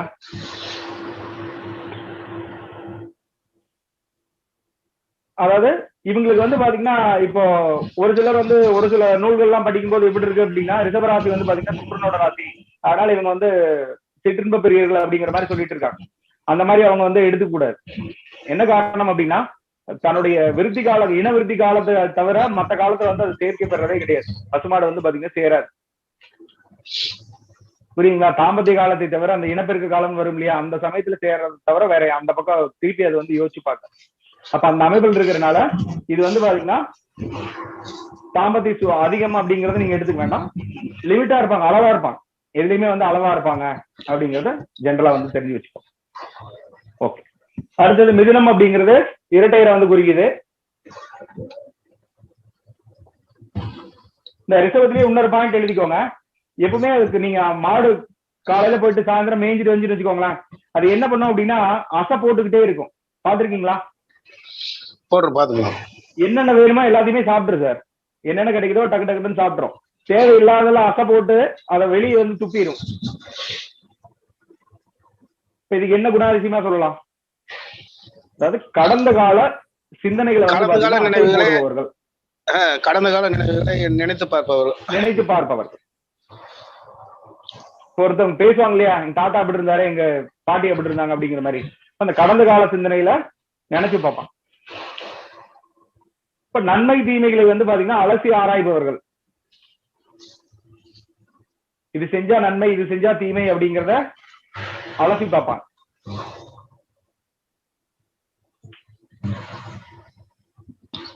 அடுத்தது வந்து மிதுன ராசின்னு எடுத்துக்கலாம். இப்ப மேஷ ராசியில பாத்தீங்க அப்படின்னா ஆடு வந்து அசை போடும், ஆடு வந்து கம்மியா தான் அசை போடும் சார். அப்ப இவங்களும் நினைச்சு பார்ப்பாங்க, ஆனா வந்து கம்மியா நினைச்சு பார்ப்பாங்க. இப்ப மேஷ ராசிக்காரங்களுக்கு உதவி பண்ணீங்கன்னா நினைச்சு பார்ப்பாங்க. ரிஷப ராசிக்கு நினைச்சு செஞ்சீங்க அப்படின்னா அவங்க என்னைக்குமே நினைச்சுட்டே இருப்பாங்க. காரணம் புரியுதுங்களா? புரியுது சார். அதை வந்து அந்த கேட்டகரி வச்சா நீங்க வந்து பிரிச்சுக்கலாம். இப்ப இதுல வந்து மிதுன ராசியோட தன்மை வந்து இரட்டையர் அப்படின்னு சொல்லி கொடுத்து வச்சிருக்காங்க. இப்ப இரட்டையர் வச்சு நம்ம என்ன பலன் சொல்றது? இப்ப 2 பேர் சேர்றதானே, கை வந்து கொடுக்குறாங்களா இல்லையா, 2 கை இருக்கிற மாதிரிதான் வந்து கொடுத்து வச்சிருக்காங்க. அப்போ இரட்டையர்கள் வந்து ஒரு 2 நண்பர்கள் வந்து சந்திக்கும் போது என்னென்னலாம் நடக்கும்? பேசுவாங்களா? நட்பு மேம்படும். நட்பு மேம்படும், பேசுவாங்களா? அப்ப இந்த மிதுன ராசிக்காரங்களுக்கு வந்து பாத்தீங்கன்னா நட்பு விரும்பிகள் அப்படிங்கிறது பேர். நல்ல சுவாரஸ்யமா பேசிக்கிட்டே இருப்பாங்க. பேசுறதுக்கு விட்டோம்னா இவர் வந்து பேசிக்கிட்டே இருப்பார்.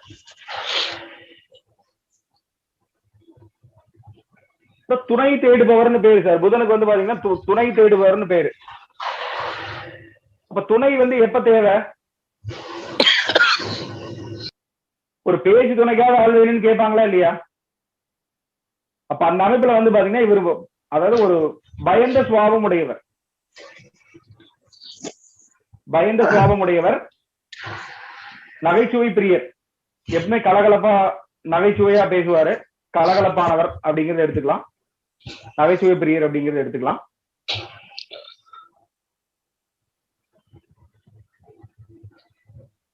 இப்ப தங்களுக்குள்ள தகவல் பரிமாற்றம் நடக்குமா இல்லையா? ஒரு அதாவது ரெண்டு பேரு பேசும்போது வந்து தங்களுக்குள்ள அறிவு விருத்தியாகுமா விருத்தியாகாதா? ஆகும் சார். நான் இங்க போனா அங்க போனேன்னு சொல்லுவாங்க ஒருத்தருக்கு ஒருத்தர். ஆமா சார். அப்போ ஒரு எங்களுக்குள்ள ஒரு அனுபவம் கிடைக்கும் இல்லையா? அப்போ இது ஒரு தகவல் பரிமாற்றம், நல்ல ஒரு கம்யூனிகேட் பண்ணுவாரு சார். தூதுவர்னு எடுத்துக்கலாம், நல்லா தூது சொல்லுவார்.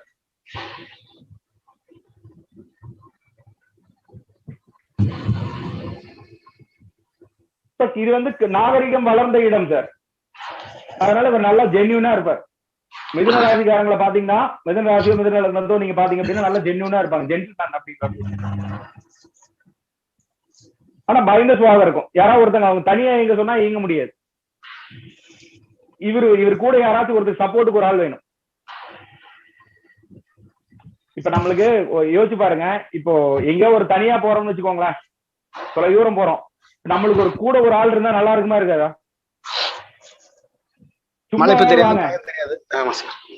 அப்ப அந்த தன்மை வந்து அங்க பிரதிபலிக்குது அப்படிங்கறத நோட் பண்ணி வச்சுக்கோ. அப்ப சுவாரஸ்யமா பேசிக்கிட்டே இருப்பாங்க. இப்ப மிதுனராசிக்காரங்க விட்டீங்கன்னா நீங்க பேசிக்கிட்டே இருப்பாங்க, நீங்க நல்லா கவனிச்சு பாத்தீங்கன்னா தெரியும், பேசிக்கிட்டே இருப்பாங்க, டைம் போறதே தெரியாது சார். ஒரு சிலர் பேசும்போது டைம் போறது தெரியாது இல்லையா? அப்படிங்கிற மாதிரி கேட்பீங்க இல்லையா? அப்போ நல்ல சுவாரஸ்யமா பேசுவார். அவர் பேசினா நீங்க வந்து உட்கார்ந்து கேட்டுக்கிட்டே இருப்பீங்க.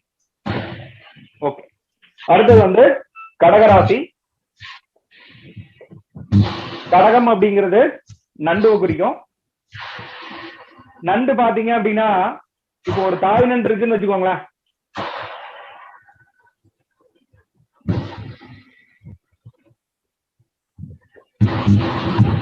தாய் நண்டு இருக்கு அப்படின்னா அதுக்கு மேல வந்து ஒரு 50 குட்டி நண்டுகளாவது இருக்கும். பாத்துருக்கீங்களா? பாத்துரும் சார். அந்த குஞ்சுகள்லாம் வந்து மேலதான் வந்துருது, அது மேலதான் இருக்கும், அது மேல இப்படிதான் நின்று இருக்கும். அப்போ கடகராசி அப்படிங்கிறது வந்து பாத்தீங்கன்னா தாய்மையுடைய ஒரு அடையாளமா வந்து சொல்லப்படுது. தாய் பாசத்துக்கு அடிமையானவர்கள், ஒரு தாய்மையோட அடையாளமா இருக்கு. சரிங்களா? இப்ப இது வந்து பாத்தீங்கன்னா தாய்மையோட அடையாளமா இருக்கு. இப்ப இது வந்து ரொம்ப பந்த பாசமா இருந்துச்சு அப்படின்னா அவர் டெவலப் ஆக முடியுமா? வீட்டு விட்டு வெளியே போனா நிறைய விஷயங்கள் கத்துக்கலாம், டெவலப் ஆகிறதுக்கு வாய்ப்புகள் இருக்கும். அப்ப இது வந்து அந்த குண்டு செட்டுக்குள்ளேயே குதிரை ஓட்டிட்டு இருப்பாங்க இல்லையா?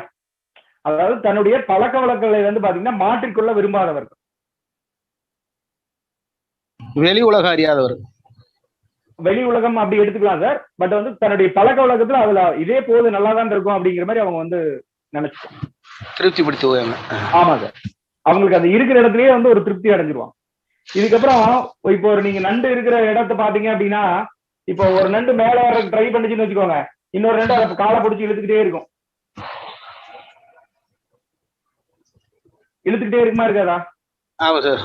அப்போ ஒருத்தர் காலை வாரி விடக்கூடிய ஒரு அமைப்பு வந்துடும்.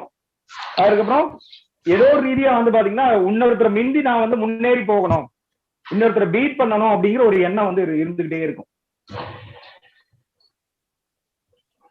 ஓவர்டேக் பண்றதுன்னு சொல்லுவாங்க இல்லையா? ஆமா ஆமா, இது ஓவர்டேக் பண்ணி போகணும் அப்படிங்கறது அவர் எப்பவுமே அந்த எண்ணம் வந்து அவங்களுக்கு இருந்துகிட்டே தான் இருக்கும் கடகராசியோட தன்மையில. இவரும் வந்து பாத்தீங்கன்னா பயந்த சுபாவம் உடையவர் தான். நீங்க அந்த வயல்வெளிகள் எல்லாம் போய் பாத்தீங்க அப்படின்னா நண்டு வந்து அந்த வலையில் இருக்கும், லைட்டா எட்டி பார்க்கும் தலையில, நம்ம ஏதாவது ஒரு சின்ன சவுண்ட் குடிச்சு அப்படின்னா டக்குன்னு உள்ள போய் பதுங்கிடும். பாத்திருக்கீங்களா? அப்ப கடகராசியோட அமைப்பு வந்து பாத்தீங்கன்னாலும் பயந்த சுபாவம் உடையவர்கள் அப்படிங்கறத நீங்க வந்து தெரிஞ்சு வச்சுக்கோ.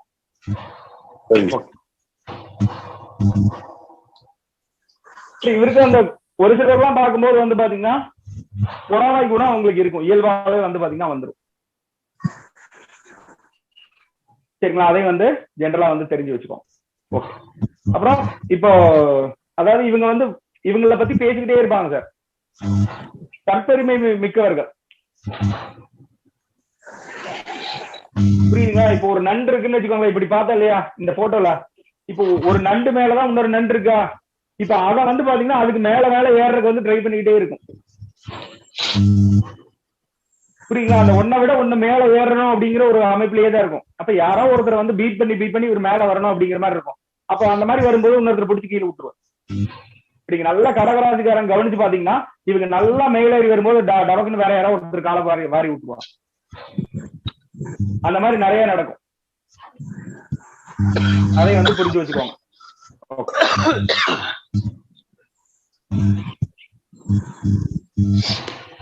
அப்புறம் அது வந்து நீர்நிலைகள்ல தானே இருக்கு, ஆத்தங்கரை இந்த மாதிரி அந்த ஏரியால இவருக்கு இருக்கிறதுக்கு வந்து ரொம்ப ரொம்ப பிடிக்கும்.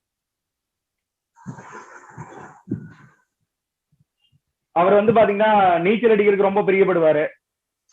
அப்புறம் அந்த குளிர்ச்சியான இடத்துல வந்து அவர் இருக்கிறதுக்கு ரொம்ப ரொம்ப பிடிக்கும். அதை நோட் பண்ணிக்கும்.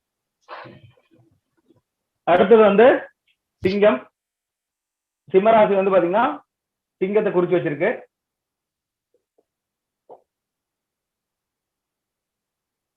சிங்கம் வந்து காட்டுக்கே ராஜாவா சொல்லியிருக்காங்க.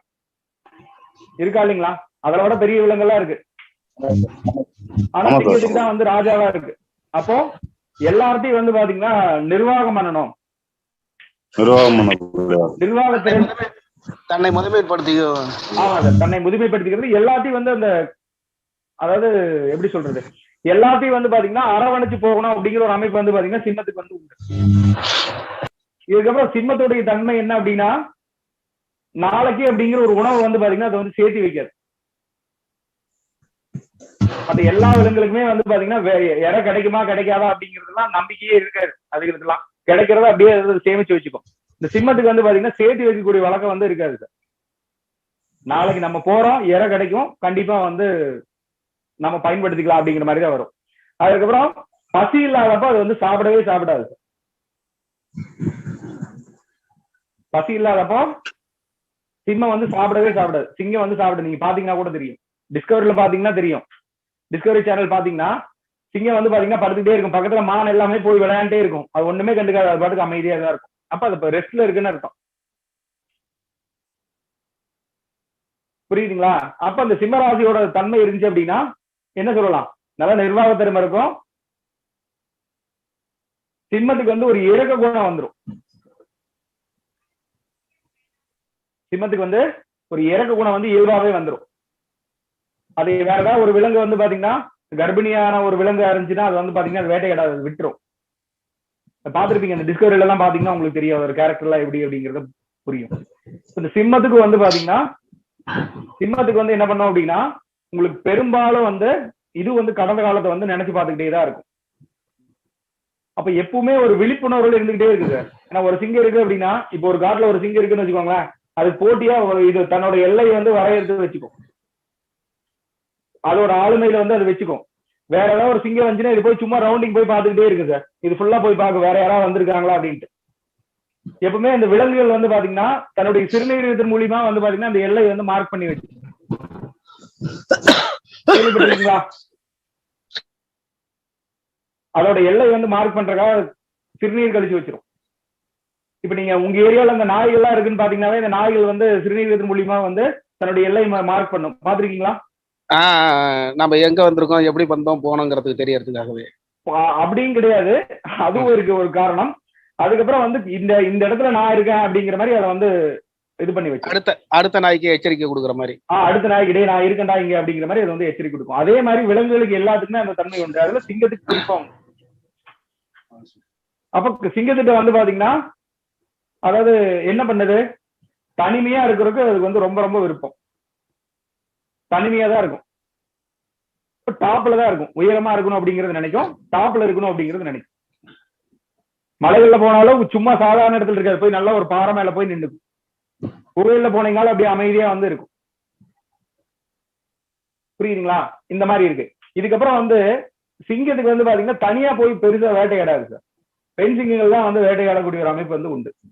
அப்ப சிம்ம லக்னம் சிம்ம ராசி அந்த அமைப்புல பிறந்தாங்க அப்படின்னா எப்படியுமே வந்து பாத்தீங்கன்னா வேலைக்கு செல்லக்கூடிய மனைவி தான் வந்து வருவாங்க. நீங்க நிறைய இடத்துல பார்க்கும்போது அந்த மாதிரி தான் இருக்கு. சிம்ம ராசி சிம்ம லக்னம் வரும்போது நீங்க அனலைஸ் பண்ணி பாத்தீங்க அப்படின்னா வேலைக்கு செல்லும் மனைவி கண்டிப்பா இருப்பாங்க. அவங்களுக்கு ஏதோ ஒரு வேலையாவது வீட்லயாவது ஏதோ ஒரு அவங்க வேலை பார்த்துட்டு இருப்பாங்க. அதுல ஒரு சம்பாத்தியம் பண்ணிட்டு இருப்பாங்க. ஏதோ ஒரு சம்பாத்தியம், சின்ன சம்பாத்தியமா இருக்கலாம், அது பெருசா இருக்கலாம், ஏதோ ஒரு சம்பாத்தியம் வந்து அவங்க பண்ணிக்கிட்டே இருப்பாங்க. இப்ப இவங்க வந்து நாளைக்கு எப்படிங்கிற ஒரு சேர்த்து வைக்கிற வழக்கம் இல்லாதங்காட்டிக்கு இவங்க வந்து பாத்தீங்கன்னா கடைசி காலத்துல கஷ்டப்படக்கூடிய ஒரு அமைப்பு வந்து பாத்தீங்கன்னா வந்து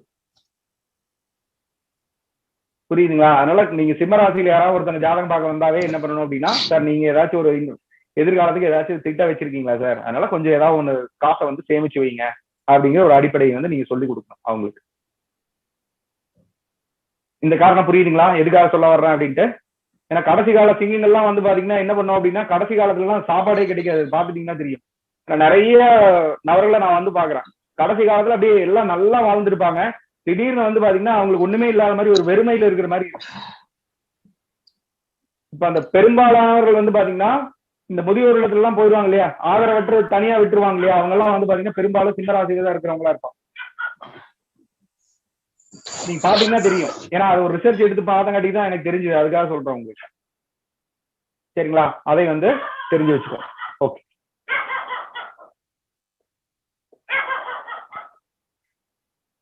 கன்னிராசி அப்படின்னா கன்னிராசி வச்சு என்னென்ன சொல்லலாம்? கன்னி பெண் கொடுத்து வச்சிருக்காங்க. கன்னி பெண் கொடுத்து வச்சிருக்காங்க. அப்ப கன்னி பெண் கொடுக்கும்போது கன்னி பெண்ணை வச்சு என்னென்ன சொல்லலாம்?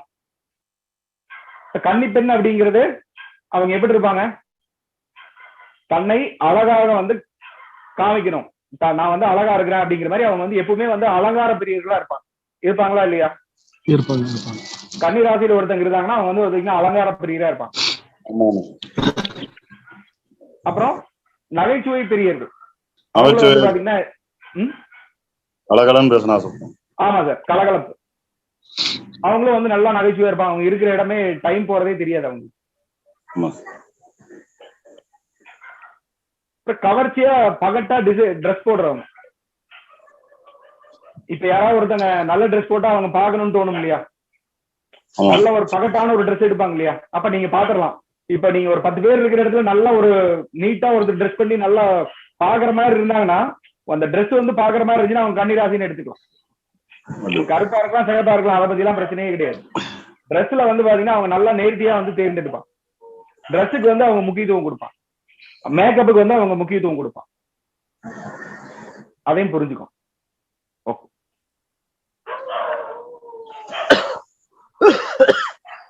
இவங்க வந்து சார் இவங்களை பாத்தீங்க அப்படின்னா எப்பவுமே வந்து ஏதாவது ஒரு புதுசா கத்துக்கணும் அப்படிங்கிற அவங்களுக்கு ஆர்வம் இருந்துகிட்டே இருக்கு. கன்னிராசியில பிறந்தவங்க வந்து பாத்தீங்கன்னா நீங்க நிறைய பேர் அனலைஸ் பண்ணி பாத்தீங்கன்னா ஏதாவது ஒண்ணு கத்துக்கிட்டே இருப்பாங்க. இப்ப ஒரு பெண்மணி வந்து சும்மா இருந்தாங்கன்னா என்ன பண்ணுவாங்க, ஏதாவது ஒண்ணு கத்துக்குவாங்களா இல்லையா? அப்ப அவங்கள அந்த பேசுறது வந்து அவங்களுக்கு ரொம்ப ரொம்ப பிடிக்கும். இப்ப நீங்க 2 பெண்மணிகள் பேசுறத பாத்தீங்கன்னா தெரியும், அவங்க டைம் போறதே ஒண்ணுமே தெரியாது. அவங்க சொந்த கதை சோக கதை எல்லாம் வேற லெவல்ல அவங்க பேசிக்கிட்டே இருப்பாங்க. இருக்கா இல்லையா? அப்ப இந்த தன்மைகள் எல்லாமே வந்து பாத்தீங்கன்னா கன்னிராசியுடைய தன்மை. அப்புறம் கவர்ச்சியான ஆடை அணியணும்னு விருப்பப்படுவாங்க. அதை வந்து தெரிஞ்சுக்கோ. ஓகே.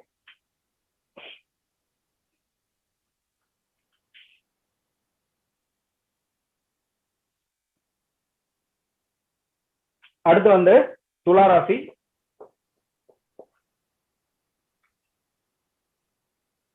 துலாத்துக்கு வந்து என்ன சொல்லிருக்கணும்? தராசு சொல்லிருக்கணுமா? பிறரை எடை போட்டு பேசுவாரு. ஆமா சார், எடை போட்டு பேசுவாரு. எல்லாத்துலயுமே வந்து ஒரு இது வந்து வியாபார ராசி. வியாபாரிகள் வந்து பாத்தீங்கன்னா வச்சிருக்காங்க இல்லையா, வியாபார ராசி வந்து பாத்தீங்கன்னா துலா வந்து தராசு கொடுத்து வச்சிருக்காங்க. லாப நோக்கத்தோட ஒரு வியாபாரம் பண்றவங்க வந்து பாத்தீங்கன்னா பந்த பாசத்துக்கு அடிமையானா அவங்களால வியாபாரம் பண்ண முடியுமா? முடியாது. அப்ப வியாபாரம்னா லாப நோக்கத்தோட தான் பார்ப்பாங்க. எல்லாத்தையுமே லாப நோக்கத்தோட பாப்பாரு. அதுக்கப்புறமா வந்து வேற என்ன பண்ணுவாரு? பந்த பாசம் எல்லாம் அப்புறம் தான். ஃபர்ஸ்ட் வந்து பிசினஸ். புரியுதுங்களா? இவங்க சொந்தக்காரங்கிட்ட வியாபாரத்தை பார்க்க மாட்டாரு, ஆனா வியாபாரத்துல யாரையுமே பார்க்க மாட்டார். வியாபாரம் வந்துட்டு யாரையுமே பார்க்க மாட்டார். புரியுங்களா? ரொம்ப கணக்கா இருப்பார். கச்சிதமா வந்து அவர் வந்து செயல்படுவார். ஏன்னா ஒரு வியாபாரி வந்து பாத்தீங்கன்னா கரெக்டா ஒரு வியாபாரம் பண்ணா மட்டும்தான் வந்து தொழில வந்து அவர் விருத்தி பண்ண முடியும். இல்லாட்டி வந்து என்ன நடக்கும், பெரிய லெவலில் அவரால் டெவலப் பண்ண முடியாம போயிடும். அதனால ஒரு தொழில் இழுத்து மூடிட்டு போயிடலாம். அந்த மாதிரி இருக்கும் இல்லையா? அப்ப அதனால இவர் எப்பவுமே வந்து பாத்தீங்கன்னா ஒரு அளவா இருப்பார். லாப நோக்கம் அவருக்கு இயல்பாவே இருக்கும். டக்குன்னு ஒரு வாய்ப்பு கிடைச்சா அந்த இடத்துல ஒரு பிசினஸ் பேசிடுவார். வாங்க சார், இந்த மாதிரி ஒரு பிசினஸ் இருக்கு, அந்த மாதிரி பேசுறாங்களா இல்லையா? உண்டு சார். அப்ப அந்த இது வந்து துளாராசியுடைய தன்மை அப்படிங்கிறத தெரிஞ்சு வச்சுக்கோ. வேற என்ன சொல்லலாம்? அப்போ எதையுமே வந்து பாத்தீங்கன்னா லாப நோக்கத்தோட சீர்தூக்கி பார்ப்பாங்க. இதை பண்ணா லாபம், இதை பண்ணா நட்டம் அப்படிங்கிற மாதிரி அதை வந்து எடை போட தெரியும். மனிதர்களே எடை போட தெரியும். மனிதர்களை வந்து எடை போடுவாங்க. அப்ப இந்த மாதிரி இருக்கும்போது இவர் இந்த மாதிரிதான் இருப்பாரு, இந்த மாதிரிதான் இருப்பாரு.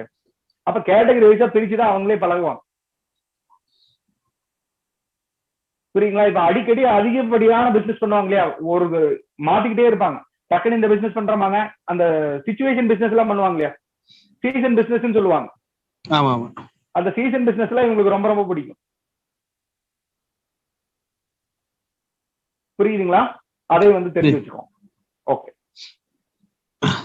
இவங்க இதுல வந்து பாத்தீங்கன்னா ரொம்ப எப்படி சொல்றது, அதாவது அதாவது புதுசா வந்து பாத்தீங்கன்னா அவங்க மாத்திக்கணும்னு நினைக்க மாட்டாங்க சார். இவங்களும் புதுசா மாத்திக்கணும்னு நினைக்க மாட்டாங்க. மாத்திக்கணும்னு நினைக்க மாட்டாங்கன்னா இப்போ ஒரு தராசு வந்து எத்தனை வருஷமா இருக்கு ஒரு கடையில, இது வந்து பாத்தீங்கன்னா பாரம்பரியமான ஒரு தொழிற்சாலைகளை குறிக்கும். பாரம்பரியமான ஒரு நிறுவனங்களை வந்து குறிக்கும். பாரம்பரியமான ஒரு நிறுவனம் அப்படின்னா அது வந்து துலாத்தை குறிக்கும் அப்படிங்கிறத தெரிஞ்சு வச்சுக்கோங்க. சரிங்களா? இப்ப நீங்க வந்து ஒரு பாரம்பரியமான ஒரு நிறுவனத்தை வந்து நீங்க பிரான்சைசி எடுக்கிறீங்கன்னு வச்சுக்கோங்களேன். அப்ப நீங்க வந்து துலா லக்னமோ அல்லது துளாராசியோ வரும்போது நீங்க வந்து அதை வைக்கணும். இந்த இடத்துக்கு அந்த ரோலை நீங்க வந்து பயன்படுத்தி இப்ப பிரான்சைசி எடுப்பாங்களா இல்லையா? இப்ப கேட்பாங்களா இல்லையா, சார் இப்ப இந்த மாதிரி பேட்டா ஷோரூம் வந்து பிரான்சைசி வந்திருக்கு, நான் எடுக்கலாம்னு இருக்கேன் அப்படின்னு கேட்கும்போது துலா லக்னத்தை வந்து நீங்க வந்து வச்சு கொடுக்கலாம். துலா லக்னம் துளாராசி வர்ற மாதிரி நீங்க வச்சு கொடுத்தீங்க அப்படின்னா அது வந்து நல்லா டெவலப் ஆகி போகுது.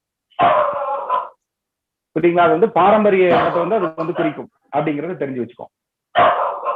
ஓகே. அதுக்கப்புறம் விருச்சிகம்.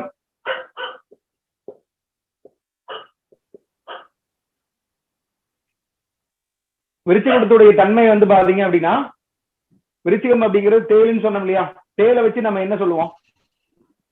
தேல் வந்து எங்க இருக்கு அப்படிங்கறதே தெரியும். ஆமா சார், கடுமையான சொல்ல வந்து சொல்லுவார். இப்ப அமைதியா இருப்பாரு, எதுவுமே பேச மாட்டாரு. திடீர்னு ஒரு பேச்சு பேசினாருன்னா அப்படியே தேல் ஒரு கொடுக்குல கொட்டினா எப்படி இருக்கும் அந்த அளவுக்கு வலி வேதனை குறிக்கும். அதாவது அடுத்தவர் மனம் புண்படும்படி பேசக்கூடிய ஒரு அமைப்பு வந்து பாத்தீங்கன்னா விருச்சிகத்துக்கு வந்து உண்டு. அடுத்தவர் மனம் வந்து புண்படும்படி பேசக்கூடிய ஒரு அமைப்பு வந்து விருச்சிகத்துக்கு வந்து உண்டு. அப்புறம் ரகசிய நடவடிக்கை, தேல் எங்க இருக்குன்னே யாருனாலே கண்டுபிடிக்க முடியாது. ரகசியமான நடவடிக்கை வந்து உண்டு. அவருடைய மனதில் இருப்பது ஆராய முடியாது. ஆமா சார். விருச்சிக ராசி அவருக்கு மனசுல என்ன நினைக்கிறாருன்னு தெரியாது. மொத்தம் 2 ராசிக்காரர் என்ன நினைக்கிறாருன்னு கண்டுபிடிக்க முடியாது. ஒண்ணு வந்து கும்பம், கும்பத்தை பார்க்கும்போது சொல்றான். விருச்சிக அதே மாதிரி ரகசியத்தை வந்து வெளியவே சொல்ல மாட்டாங்க. அவங்களுக்குள்ளேயே பிளான் பண்ணி வந்து அவங்க ஆக்டிவேட் பண்ணிட்டே இருப்பாங்க. யார்கிட்டையும் சொல்ல மாட்டாங்க.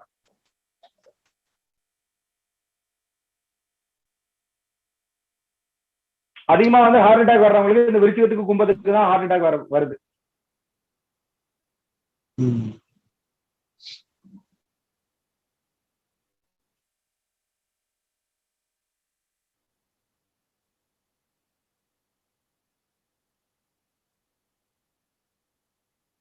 கடின உழைப்பாளின்னு சொல்லாங்களா? ஆமா சார், கடின உழைப்பாளி. கடின உழைப்பாளி வந்து பாத்தீங்கன்னா இவங்களும் வந்து அப்படியே தயாரா இருப்பாங்க சார். வாய்ப்பு வர வரைக்கும் அப்படியே தயாரா இருப்பாங்க. டக்குன்னு வாய்ப்பு வரும்போது எடுத்து போட்டுருவாங்க. டக்குன்னு ஒரு கொட்டு.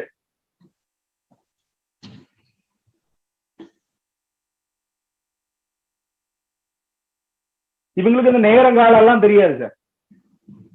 அவங்க பாட்டி நீங்கிட்டே தான் இருப்பாங்க. பெரும்பாலான வந்து பாத்தீங்கன்னா இரவு நேரத்துல வேலை செய்யறவங்களா இருக்கிறாங்க. விருச்சிகத்துல பிறந்த அமைப்புல வந்து பாத்தீங்கன்னா இரவு நேரத்துல வேலை செய்யறவங்க நிறைய வந்து இருக்காங்க. ஏன்னா நைட்டு தேல் வந்து பாத்தீங்கன்னா நல்லா ஆக்டிவா இருக்கும். பாத்திருக்கீங்களா? ஆமா சார்.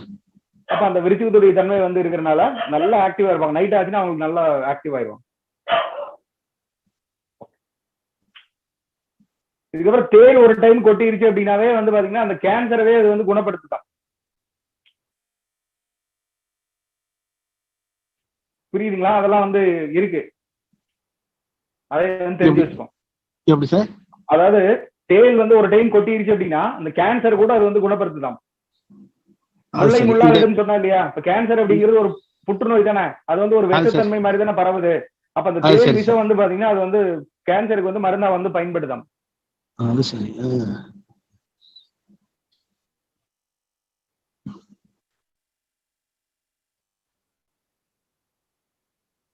இவங்க எந்த ஒரு தொழில பண்றப்போ இவங்க வந்து அந்த கூச்ச நாச்சம் வந்து பார்க்க மாட்டாங்க சார்.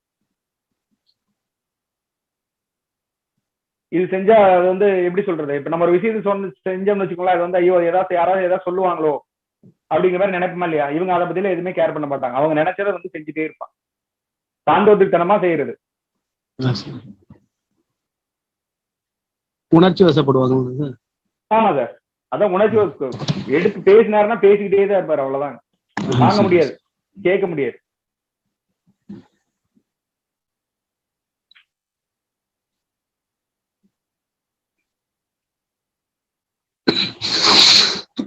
இதுக்கப்புறம் தனுசு ராசியுடைய இது பாருங்க, வில் அம்பன் இருக்கு.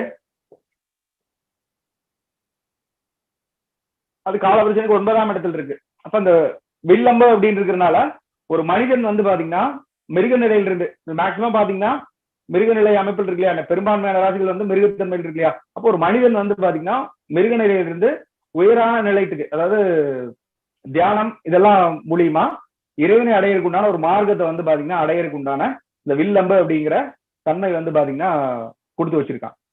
அதுக்கப்புறமா இப்ப ஒரு வில் வித்தை யார் வந்து செய்ய முடியும்? மன ஒருமைப்பாடு, அதாவது கான்சென்ட்ரேஷன் இருக்கிறவங்க தான் வந்து பாத்தீங்கன்னா வில் வித்தை வந்து பண்ண முடியும். அவங்களாலதான் கரெக்டான ஒரு குறிக்கோளை நிர்ணயிச்சு வந்து பாத்தீங்கன்னா ஓட முடியும். அவங்க அந்த குறிக்கோளை வந்து செய்ய முடியும். அப்ப அந்த அமைப்பில் இருக்கிறனால இதுக்கு எப்பவுமே வந்து பாத்தீங்கன்னா ஏதோ ஒரு குறிக்கோளோட ஒரு லட்சியத்தோட இயங்கக்கூடிய ஒரு அமைப்பு வந்து தனுசு ராசிக்கு வந்து உண்டு.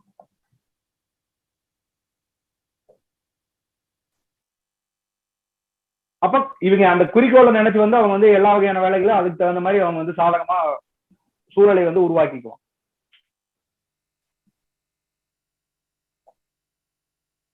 இப்போ வில் வச்சிருக்காங்கன்னா யாருக்கு முதல்ல அடி விழுகும்? ஒரு போர் படை இருக்குன்னு வச்சுக்கலாமே, வில் வச்சுட்டு முன்னாடி போவாரா இல்லையா? இவருக்கு அடி விழுகுமா இல்லையா? முன்னாடி போனாருன்னா அடிபட்டுருவாரு. அப்ப கொஞ்சம் பொறுமையா தான் போகணும்.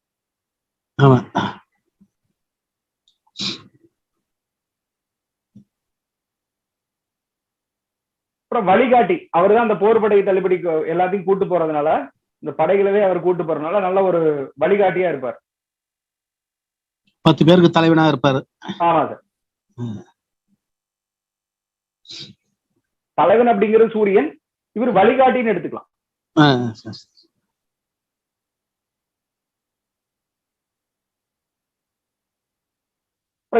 தெய்வ இதெல்லாம் இருக்கு இல்லையா, தெய்வ நம்பிக்கை இவருக்கு அதிக அற்புதமா இருக்கும். தெய்வங்களை அவங்களுக்கு உதவி செய்யும்.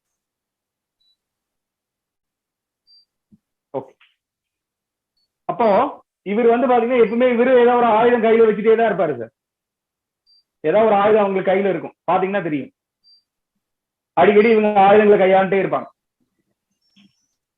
பாத்தீங்கன்னா எளிமையா வந்து நீங்க வந்து கண்டுபிடிக்கணும்.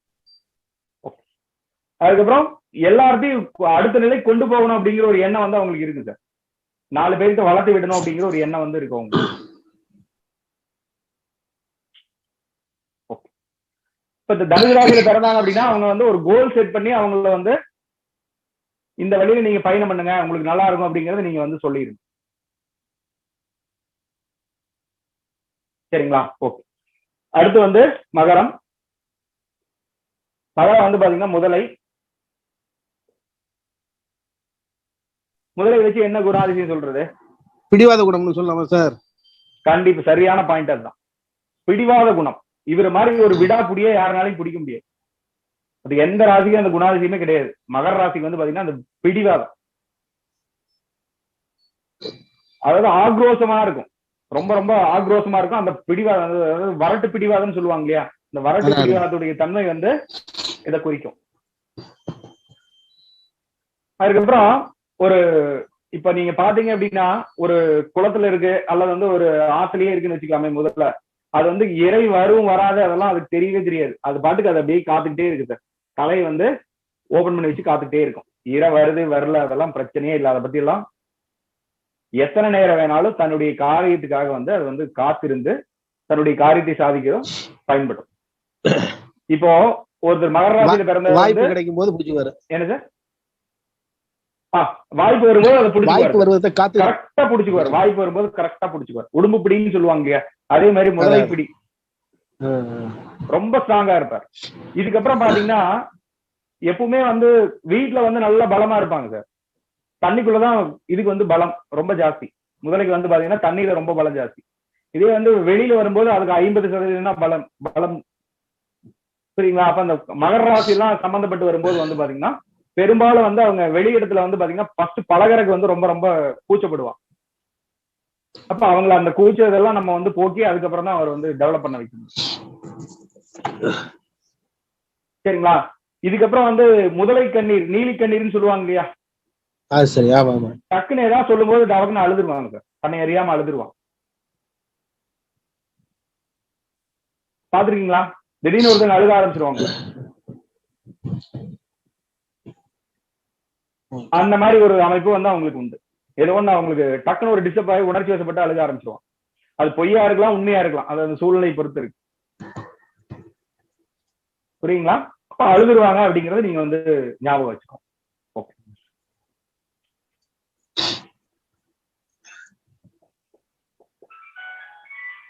கும்பம் அப்படிங்கிறது இப்ப பானை அப்படிங்கிறது வெறும் பானையா இருந்தா அதுக்கு வந்து மதிப்பு இருக்காது. ஏதாவது ஒரு பொருள் வந்து அது ஆட் ஆகிட்டே இருந்தா தான் அதுக்கு வந்து நல்லது. அப்ப ஏதாவது ஒண்ண வந்து அவர் சேகரிச்சுட்டே இருப்பாரு. கும்பராசியில பாத்தீங்க அப்படின்னா ஏதாவது ஒண்ணு சேமிச்சுட்டே இருப்பாரு சார். இவருக்கு வேணுமோ வேண்டாமோ அந்த பொருளை வாங்கி வந்து குமிப்பாரு. புரியுதுங்களா? இவரு வந்து பானையில என்ன இருக்குன்னு தெரியாதோ அதே மாதிரி வந்து பாத்தீங்கன்னா இவர் மனசுல என்ன இருக்குன்னு யாருனாலையும் கண்டுபிடிக்கும். வெளியே சொல்லவே மாட்டார். சீக்கிரட்டா அப்படியே நடத்திட்டு இருப்பார். ரகசியத்தை வெளியிட விரும்பாதவர். சீக்ரெட் ஏஜென்ட் இருப்பாங்க இல்லையா, அந்த மாதிரி. புரியுங்களா? இப்ப கும்பத்துல ஒரு பெண் பிறந்தாங்க அப்படின்னா அவங்க ஒரு ரகசியத்தையுமே வெளியவே சொல்ல மாட்டாங்க. அப்படியே அமைதியா இருப்பாங்க. ஆனா பொதுவா பெண்ணுடைய குணம் என்னங்க, ரகசியத்தை வந்து வெளியிடுவாங்க. பெண்கள் மனசுல ரகசியம் தங்காது அப்படிங்கறத சாஸ்திரம் வந்து சொல்லி இருக்கு. ஆனா கும்பராசியில் ஒரு பெண் பிறந்துட்டாங்கன்னா அவங்க அந்த ரகசியத்தை சொல்லவே மாட்டாங்க. அப்படியே உள்ளுக்குள்ளேயே போட்டு அமைதியே வச்சுக்குவாங்க. புரியுதுங்களா கான்செப்ட் எந்த மாதிரி வருது அப்படின்ட்டு? ஓகே. அதுக்கப்புறம் எப்பவுமே இவங்க வந்து இந்த கும்பராசிக்கு வந்து பாத்தீங்கன்னா இந்த துலா ராசிக்கு வந்து பாத்தீங்கன்னா ஒரு சுயநலம் இருக்கும், கொஞ்சம் கம்மியா இருக்கும். சுயநலம் இருக்கும், இதுல கொஞ்சம் பொதுநலமும் கலந்துருக்கும். சரி பரவாயில்ல, நம்ம வந்து கொஞ்சமா லாபம் கிடைச்சா கூட பரவாயில்ல அப்படிங்கிற மாதிரி இந்த துலா வந்து நினைக்கும். நம்மளுக்கு கொஞ்சம் லாபம் கிடைச்சா பரவாயில்ல, ஆனா தொடர்ச்சியா இந்த பிசினஸ் நடக்கணும் அப்படிங்கறது வந்து நினைக்கும். ஆனா இந்த கும்பத்துக்கு வந்து என்ன பண்ணோம் அப்படின்னா ஒரே அமுக்கா கோழி அமுக்கா அமைக்கிறது. அது அப்படியே வாய்ப்புக்காக காமிச்சு இது பண்ணிக்கிட்டே இருக்குது. புரியுதுங்களா? அந்த மாதிரி இருக்கு. அப்ப எப்பவுமே வந்து அந்த பானை நம்பருக்கு தான் பாத்துக்கிட்டே இருக்குமா, எப்பவுமே நம்மள ஃபில்லப் பண்ணி வச்சுக்கிட்டே தான் இருக்கும். நீங்க பாத்தீங்கன்னா தெரியும். இப்ப கும்பராசியில ஒரு குழந்தை பிறந்துச்சு அப்படின்னா நீங்க பாத்தீங்கன்னாவே தெரியும், ஏதாவது ஒண்ணு காயின் போட்டு சேமிச்சு வச்சுட்டே இருக்கும். அதை நீங்க தெளிவா பார்க்கலாம். ஓகே சரி, இது புரியுதுங்களா? புரியுது சார். ஓகே. அடுத்தது மீனம். மீனம் வந்து பாத்தீங்கன்னா மீன்களை வந்து குறிச்சு வச்சிருக்காங்க. மீன்களை வச்சு நம்ம என்ன பலன் சொல்லலாம்? மீன்கள் வந்து பாத்தீங்கன்னா தண்ணிக்குள்ளதான் இருக்கு, வெளியே வந்தா இறந்துடுது. வெளியே இருக்கக்கூடிய மீன் இருக்கா? இல்ல. அந்த மீனுடைய தன்மை என்ன அப்படின்னா தன்னை எப்பவுமே வந்து பாத்தீங்கன்னா சுற்றுப்புறத்தை, அதாவது தன்னை எப்பவுமே சுத்தமா வச்சுக்கிட்டு தான் இருக்கும். மீன்ல வந்து அழுக்கே கிடையாது சார். நீங்க மீன் எல்லாம் பாத்தீங்கன்னா அது ஸ்மெல் அடிக்கும், அது அப்பாற்பட்டது. நீங்க ஃப்ரெஷ்ஷான மீன் பாத்தீங்கன்னா ஸ்மெல்லே இருக்காது சார். பழைய மீன் பார்க்கும்போதுதான் ஸ்மெல் வர ஆரம்பிக்குது. அப்ப எப்பவுமே தன்னை வந்து சுத்தமா வச்சுக்கணும் அப்படிங்கிற ஒரு எண்ணம் வந்து மீனத்துக்கு வந்து உண்டு. அதே மாதிரி தன்னுடைய இருப்பிடத்தையும் சுத்தமா வச்சுக்கணும் அப்படிங்கிற ஒரு எண்ணம் வந்து அவங்களுக்கு வந்து எப்ப பார்த்தாலும் கிளீன் பண்ணிட்டே இருப்பாங்க. இப்ப மீனத்துல ஒரு கிரகம் இருந்துச்சு அப்படின்னா அந்த எந்த கிரக காரகத்துவம் வருதோ அது வந்து அவங்க அந்த இடத்த வந்து சுத்தம் பண்ணிட்டே இருப்பாங்க, கிளீன் பண்ணிட்டே இருப்பாங்க, சும்மா வீட்டு தொடர்ந்துட்டே இருப்பாங்க. பாத்துருக்கீங்களா? அதுக்கெல்லாம் அந்த மீனராசியுடைய தன்மை தான். சரிங்களா? இவங்களும் வந்து பாத்தீங்கன்னா நட்பு விரும்பிகள் தான். இவங்களும் வந்து நட்பு விரும்பிகள் தான். இந்த நட்பு விரும்பிகள் அப்படிங்கும் போது வந்து பாத்தீங்கன்னா அந்த வடிவம் எப்படி போட்டிருக்காங்க அப்படின்னா, ஒரு மீன் வந்து இப்படி வர்ற மாதிரி இருக்கும், இன்னொரு மீன் வந்து இப்படி வர்ற மாதிரி இருக்கும். ஒரு மீன் முன்னோக்கி போகும், ஒரு மீன் இப்படி பின்னோக்கி வர்ற மாதிரி தான் அவங்க வந்து பழைய படங்களே கொடுத்து வச்சிருக்காங்க. அதை நீங்க நல்லா கவனிச்சு பாத்தீங்கன்னாலும் தெரியும். அப்ப அவங்களும் எப்பவுமே வந்து பாத்தீங்கன்னா நகைச்சுவை உணர்வு எல்லாமே அவங்களுக்கு இருக்கும். நட்பு விரும்பிகள் மீனராசிக்காரங்களும் அவங்க எப்பவுமே வந்து பாத்தீங்கன்னா நட்பு விரும்பிகளாதான் அவங்க இருப்பாங்க. அதை நீங்க நல்லா வந்து கவனிச்சு பார்க்க முடியும். சரிங்களா? இதுக்கப்புறம் வந்து பாத்தீங்கன்னா இவங்க அந்த இருப்பிடத்தை வந்து பாத்தீங்கன்னா மாற்றத்துக்கு வந்து விரும்ப மாட்டாங்க, பெருசா வந்து விரும்ப மாட்டாங்க. இப்ப நீங்க கிணத்து மீன் இருக்கு இல்லையா, அதை போய் ஆத்துல விட்டீங்கன்னா அது அங்க வாழாது. ஆத்து மீனை கொண்டு வந்து இங்க கிணத்துல விட்டீங்கன்னா அது வந்து வாழாது. கடல் மீனை கொண்டு வந்து இங்க 2 இடத்துல விட்டீங்கனாலும் அது வந்து வாழாது. பாத்துருக்கீங்களா? ஆமா சார் சொல்றாங்க. இதுக்கப்புறம் இவங்க கிட்டயே சில ரகசியங்கள் வந்து இருக்கு சார். இவங்க அதை வந்து வெளிப்படுத்திக்க மாட்டாங்க. இப்ப மனசுல வந்து கவலையே இருந்தா கூட அவங்க வந்து பாத்தீங்கன்னா வெளிப்படுத்திக்கவே மாட்டாங்க, அப்படியே சிரிச்ச முகத்தோட தான் இருப்பாங்க. இதுக்கப்புறம் பாருங்க, இப்ப கடல்ல வந்து இப்படி இருக்குன்னு வச்சுக்கோங்களேன், இது ஒரு கடல் அமைப்பு அப்படின்னா, இப்ப இது வந்து அடி ஆழம்னு வச்சுக்கலாம், இது வந்து கடல்ல இருக்கக்கூடிய தரைன்னு எடுத்துக்கலாம். இப்ப இது வந்து லேயர் லேயரா இருக்குன்னு வச்சுக்கோங்களேன். நல்லா கவனிச்சீங்கன்னா இப்ப இந்த கீழே இருக்கக்கூடிய மீன் வந்து பாத்தீங்கன்னா மேல என்னைக்குனே வராது. இந்த லேயர் இருக்கிறது இந்த லேயர் தாண்டி வராது, இந்த லேயர் இருக்கிறது இந்த லேயர் தாண்டி வராது, இந்த லேயர் இருக்கிறது இந்த லேயர் தாண்டி வராது. மேல இருக்கக்கூடிய மீன் வந்து மேல இருக்கிறதா இருக்கும். இருக்குதா? அந்த மாதிரி கேள்விப்பட்டிருக்கீங்களா? அடி ஆழத்துல இருக்கிறது எப்பவுமே அடி ஆழத்திலேயே தான் இருக்கு சார். புரியுதுங்களா? அப்ப இந்த மாதிரி இருக்கிறவங்க தன்னை எப்பவுமே வந்து பாத்தீங்கன்னா அந்த இருக்கிற இடத்தவாக மெயின்டைன் பண்ணி கொண்டு போகணும் அப்படிங்கிறது அது வந்து அவங்களுக்கு ஆர்வம் இருக்கு. அப்ப அவங்களை வந்து அடுத்த கரையை ஏற்றி விடுறதுக்காக அவங்களை வந்து தூண்டி விடணும். புரியுங்களா? இல்ல எனக்கு நான் நல்லாதான் இருக்கேன் அப்படிமாங்க. கஷ்டத்திலேயே ஒருத்தங்க இருந்தா கூட நீங்க போய் ஏதாவது ஒண்ணு கேட்டீங்க அப்படின்னா இல்ல நான் நல்லாதான் இருக்கேன் அப்படிங்கிற மாதிரி அவங்க சொல்லுவாங்க. நீங்க அதை வந்து பார்க்க முடியும். இதுக்கப்புறம் வந்து பாத்தீங்கன்னா ஒரு மீன் வந்து இன்னொரு மீனுக்கு வந்து இரையாயிரும். பாத்துருக்கீங்களா? ஆமா சார், பெரிய மீன் சின்ன குஞ்சுகளை தின்னு சாப்பிட்டுறதா இல்லையா?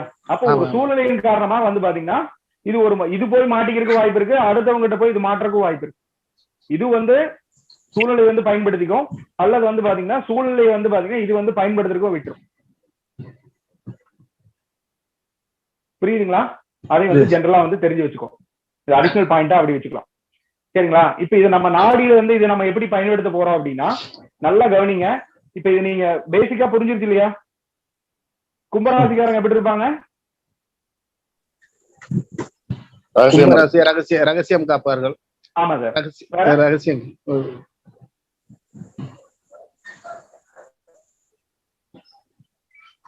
பானை நினைச்சீங்கன்னா போதும், உங்களுக்கு எளிமையா வந்துடும். பொருளாதாரத்தை எப்போதுமே சேமித்துக்கிட்டு இருக்கணும்னு நினைப்பாங்க. ஆமாங்க, எதிர்காலத்துக்காக சேமிக்க வைக்கணும் சார். தனக்காக தன் பேரனுக்காக பிள்ளைக்காக அப்படி சேமிச்சு வச்சுக்கிட்டே இருப்பாங்க. அந்த ஒரு தன்மை வந்து சிம்மராசியுடைய தன்மை என்ன? எதுலயும் தன்னை முதன்மைப்படுத்திக்கணும்னு நினைப்பாங்க. ஆமா சார், அடுத்தவங்ககிட்ட வேலை வாங்குவ தாங்க வேலை செய்ய மாட்டாங்க. ஆமா, வேற நேர்மையா இருப்பாங்க. ஆமா சார், கடைசி காலத்துக்கு சேமிச்சு வைக்க மாட்டாங்க. ஆமா சார், அது ரொம்ப ரொம்ப முக்கியமான பாயிண்ட். அதை நீங்க யார் வந்தாலும் சொல்லிருங்க, நான் இது சொல்றேன், உங்களுக்கு புரியும். அது ஆக்சுவலி ஜெயலலிதா கூட செட் ஆச்சு சார். ஜெயலலிதா சிம்ம. ஆமா சார், ஆமா சார். ஓகே, இப்ப இதுல பாருங்க, நல்லா கவனிங்க. இப்பதான் நம்ம வந்து நாடி சப்ஜெக்டுக்குள்ள வர்றோம். இப்ப அதுக்கு துணை புரியக்கூடிய அம்சம் தான் இப்ப இத்தனை நேரம் நம்ம பார்த்திருக்கிறோம்.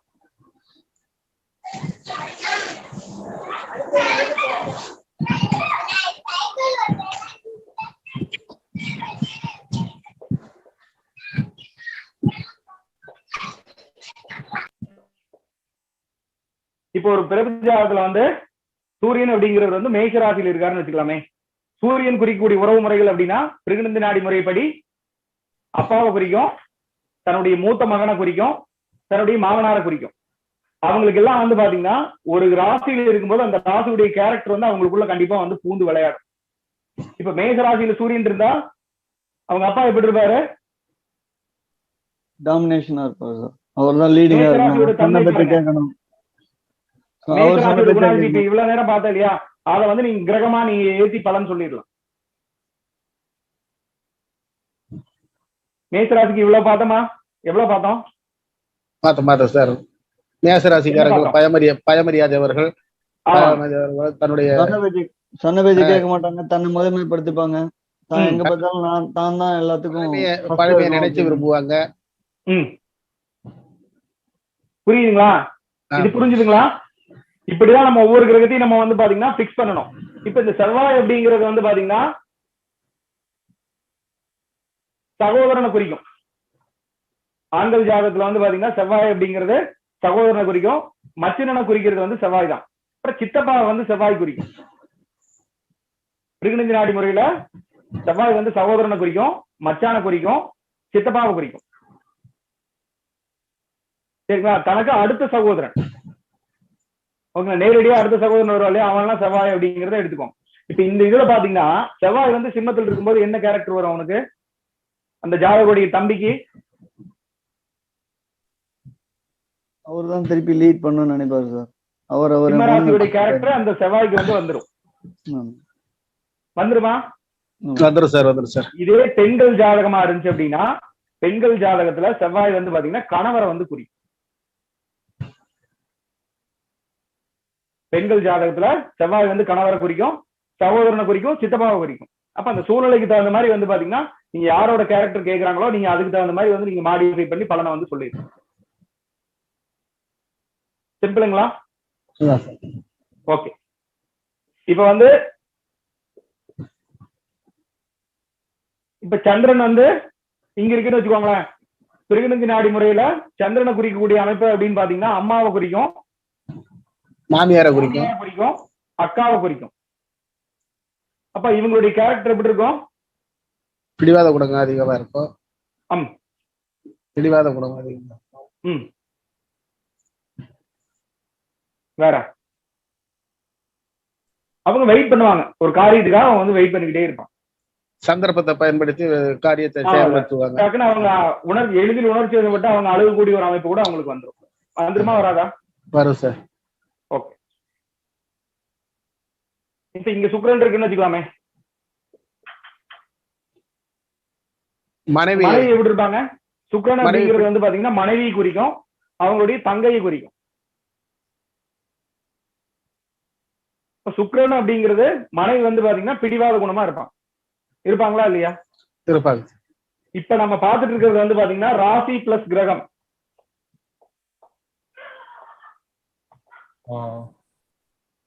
இப்ப நம்ம என்ன பாக்குறோம்? ஃபர்ஸ்ட் ராசியோட வசிப்பிடத்தை பார்த்தோம், காரகத்துவத்துல வந்து பாத்தீங்கன்னா வசிப்பிடத்தை பார்த்தோம், குணாதிசயங்கள் நம்ம வந்து பார்த்தோம், ஒவ்வொரு ராசியுடைய குணாதிசயம் பார்த்தோம். இப்ப பார்த்து ராசி பிளஸ் கிரகம் அப்படிங்கிற ஒரு அமைப்பு பாக்குறோம்.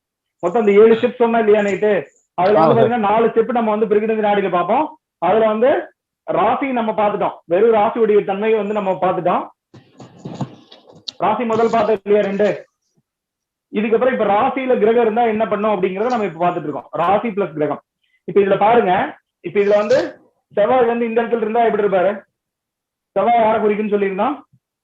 செவ்வாய் வந்து சகோதரரை குறிக்கும், சித்தப்பாவை குறிக்கும், பெண்கள் சாதகமா இருந்தா கணவரை குறிக்கும். அப்ப அவர் எப்பவுமே கணக்கு பாக்குறவரா இருப்பாரா? எந்த செயல்லயும் லாப நோக்கத்தோட இருப்பாரு. ஆமா சார், அவ்வளவுதான் சார். புரியுதுங்களா? சிம்பிளா இருக்கா? ஓகே. இப்போ ஆண்கள் ஜாதகத்துல வந்து பாத்தீங்கன்னா குரு வந்து ஜாதகரை குறிக்கும், சனி வந்து ஜாதகரை தான் குறிக்கும். சனி நம்ம வந்து பாத்தீங்கன்னா செகண்டரியா தான் நம்ம எடுத்துக்குவோம். நம்ம அதை எங்கெங்கெல்லாம் எடுத்துக்குவோம் அப்படிங்கறத நம்ம அடுத்த கிளாஸ்ல நம்ம வந்து பார்ப்போம். சரிங்களா? இதுல பாருங்க, குரு வந்து பாத்தீங்கன்னா மிதுனத்தில் இருந்தாருன்னு வச்சுக்கலாமே. சாதகர் நகைச்சுவையாக பேசுவார். ஆமா சார். பொறுமைசாலி, நட்பு விரும்பி, எப்பயுமே ஃப்ரெண்ட் கூட இருக்குன்னு நினைப்பாரு. ஆமா சார். சாதகர் சிறு தூர பயணம் விரும்பி எடுத்துக்கலாம். சும்மா அப்படியே ஜாலியா போயிட்டு வருவார் இல்லையா, அந்த மாதிரி எடுத்துக்கலாம். சூப்பர். ஓகே. இப்ப இங்க இருந்தாருன்னா குரு, இங்க இருந்தாருன்னா ஒரு குறிக்கோளோட செயல்படுவார் சார். ஆமா சார்.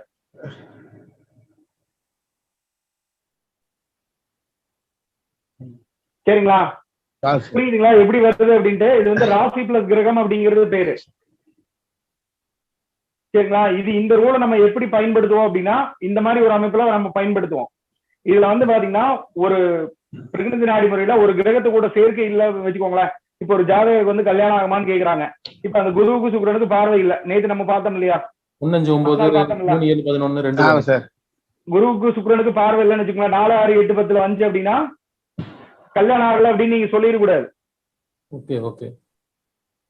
இப்ப அந்த மாதிரி ஒரு அமைப்பு. இப்ப பாருங்க, இப்ப இந்த இடத்துல வந்து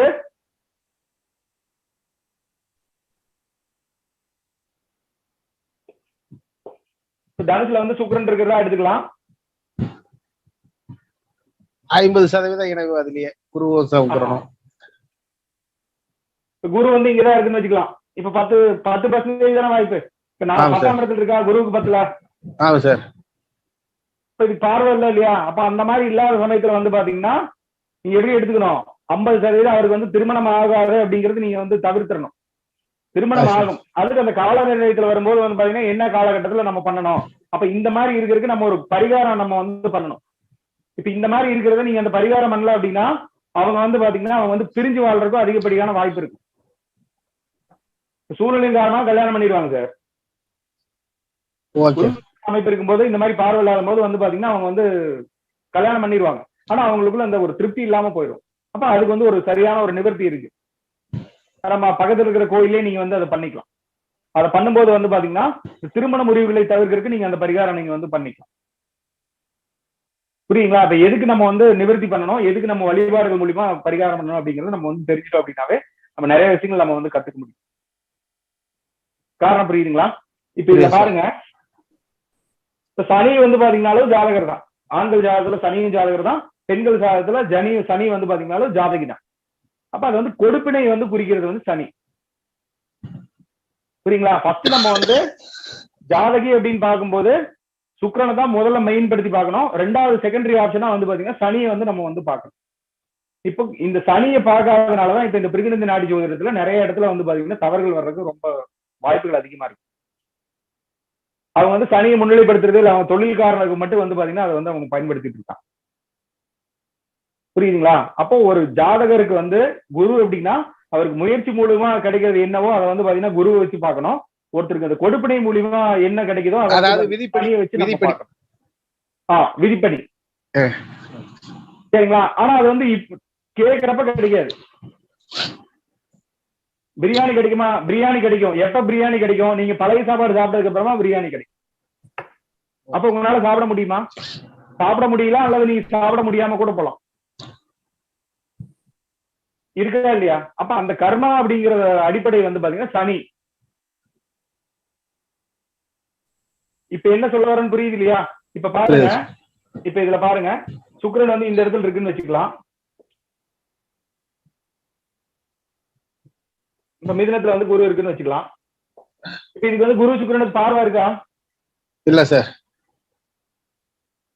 சனி வேற எங்கேயோ இருக்குன்னு வச்சுக்கலாம். இப்ப சனி இங்க இருக்குன்னு வச்சுக்கலாம், ஒரு பரிவர்த்தனை ஆயிடும். ஓகே, சனி இங்க இருக்குன்னு வச்சுக்கலாமே. இப்ப சனி சுக்கிரனுக்கு பார்வை இருக்கா? இல்ல சார். இல்ல. ஏன்னா 8ல சுக்கிரன் இருக்கு, சனியில இருந்து வந்து பாத்தீங்கன்னா குருவில இருந்து 8ல சுக்கிரன், சனியில இருந்து 10ல சுக்கிரன் இருக்கு. ஆனா பார்வை இல்ல. ஆனா அந்த சுக்கிரன் அப்படிங்கிறது யார் வீட்டுல இருக்கு? சனி வீட்டுல இருக்கு சார். சனி வீட்டுல இருக்கு. அதனால கண்டிப்பா திருமணம் ஆகும். பரிகாரம் செய்தா அது வந்து பிரிவினைக்கு ஒரு வாய்ப்பை கொடுக்கும். ஆனா வந்து பாத்தீங்கன்னா நம்ம வந்து அதுக்கு உண்டான ஒரு நிவர்த்தி பரிகாரங்கள் நம்ம பண்ணும்போது வந்து பாத்தீங்கன்னா அவங்க வாழ்க்கையில நல்ல நிலையில வந்துருவாங்க. புரியுதுங்களா? அப்ப நம்ம எதெல்லாம் நிவர்த்தி பண்ணணும், எதெல்லாம் நம்ம நல்லா டெப்தா தெரிஞ்சுக்கணும் அப்படிங்கிறது நீங்க முறையா தெரிஞ்சுக்கணும். ரொம்ப ரொம்ப முக்கியம்.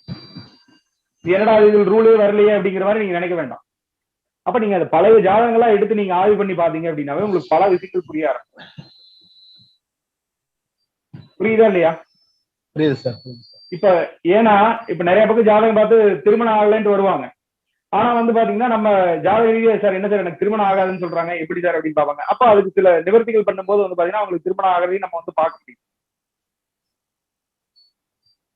புரியுதுங்களா இல்லையா? அப்ப நீங்க அதெல்லாம் தெரிஞ்சு வச்சுக்கோங்க, எது எதுக்கெல்லாம் எப்படி எப்படி எல்லாம் பண்ணணும் அப்படிங்கறது நீங்க தெரிஞ்சுட்டீங்கன்னா ரொம்ப எளிமையா நீங்க வந்து எல்லாத்துக்கும் நீங்க வழிகாட்ட முடியும். புரியுதுங்களா? இப்ப பாருங்க, இப்ப இன்னொரு அமைப்பு பாருங்க.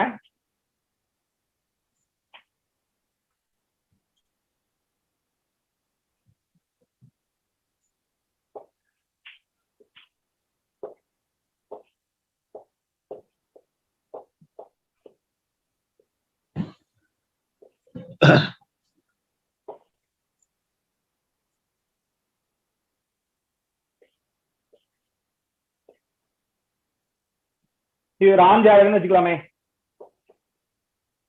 குரு சுக்கிரனுக்கு பார்வை இருக்கா? இல்ல சார், 8ஆம் இடத்துல இருக்கு. சனிக்கு சுக்கிரனுக்கு பார்வை இருக்கா? இல்ல சார், 6ல இருக்கு. ஆனா சனி வந்து எங்க இருக்காரு? சுக்கிரனுடைய வீட்டுல இருக்கு. அப்ப சுக்கிரனோட வீட்டுல இருக்கிறனால 50% வாய்ப்பு வந்து அவர் கொடுக்கும். அப்போ அவருக்கு நினைச்ச நேரத்துக்கு கல்யாணம் ஆகாது, அவர் ரொம்ப முயற்சி பண்ணி வந்து திருமணம் ஆகாது அந்த சமயத்துல. அப்போ அந்த காலமேல வரும்போது எப்ப வந்து அவருக்கு திருமண முயற்சி பண்ணா நல்லா ஆகும், அதுக்கப்புறம் அவர் என்ன நிவர்த்தி பண்ணிக்கணும் அப்படிங்கறத நம்ம வந்து வழிகாட்டும். திருமணம் கொடுப்பனே அவர் கொடுத்துருவாரு.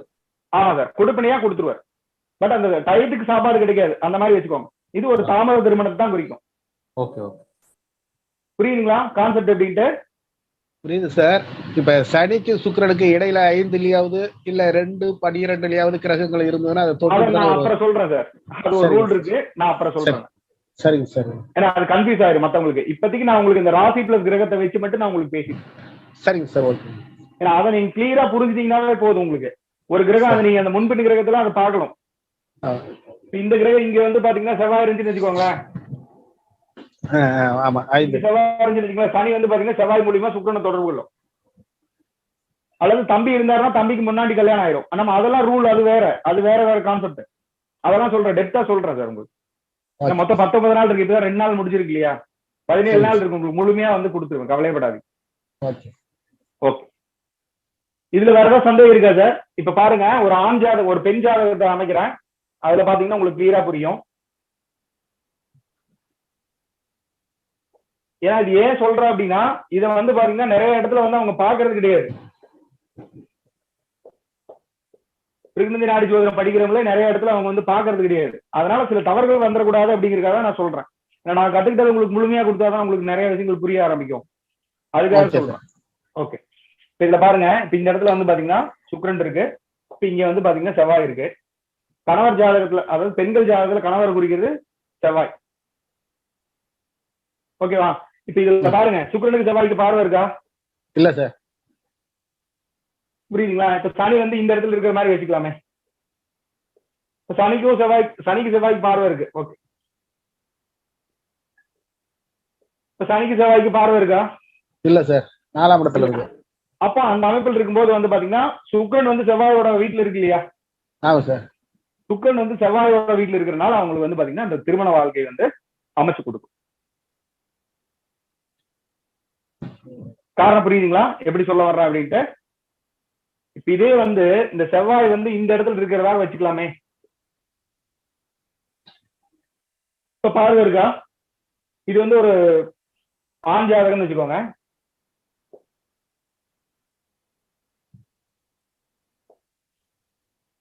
ஒரு பெண் ஜாதகமா வச்சுக்கோங்க.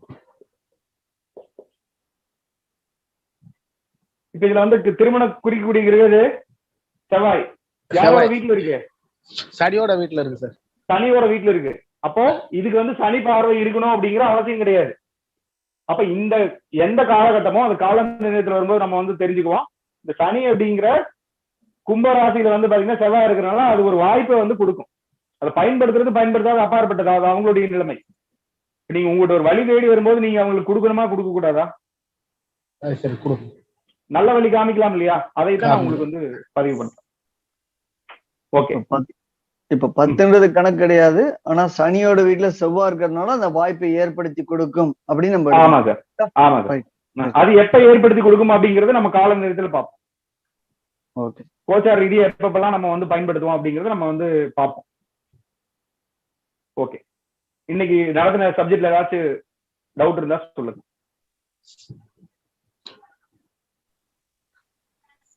ஏன்னா இதை வந்து நிறைய இடங்கள்ல வந்து பாத்தீங்கன்னா இதை முறையா படிக்காம அவங்க படிக்கிறதுனால பலன்கள் வந்து தவறு வருது. அதனாலதான் நான் இது வந்து முழுமையா உங்களுக்கு கொடுக்கணுங்கிறதுக்காக கொடுக்குறேன். வெறும் கிரக சேர்க்கை மட்டும் சொன்னோம் அப்படின்னா உங்களுக்கு வந்து புரியவே புரியாது. இப்ப நீங்க ஒரு ஜாதகம் வெளிநாடு போற அமைப்பு ஜாதகம்லாம் வரும், நம்ம அதை பத்தி எல்லாம் பார்ப்போம். அப்ப வந்து இவர் எந்த அமைப்புல வெளிநாடு போனாரு அப்படின்னாவே உங்களுக்கு தெரியாம போயிடும். உண்மையா இல்லையா? உண்மைதான் சார். ஆய்வு தெரிஞ்சா மட்டும்தான் நீங்க உள்ள போய் பண்ண முடியும். கண்டிப்பா. புரியுதுங்களா இல்லையா? இப்ப யோசிச்சு பாருங்க, இப்ப சந்திரன் ராகு அப்படிங்கறது ஒரு வெளிநாட்டு அமைப்புன்னு வச்சுக்கலாமே. இப்ப இந்த இடத்துல ராகு இருந்துச்சுன்னு வச்சுக்கலாமே. இது சந்திரன் ராகு சேர்க்கையா? ஆமா சார். நீர் ராசி வச்சுக்கலாமே. குரு சந்திரன் ராகு ஆயிருமா? ஆமா சார்.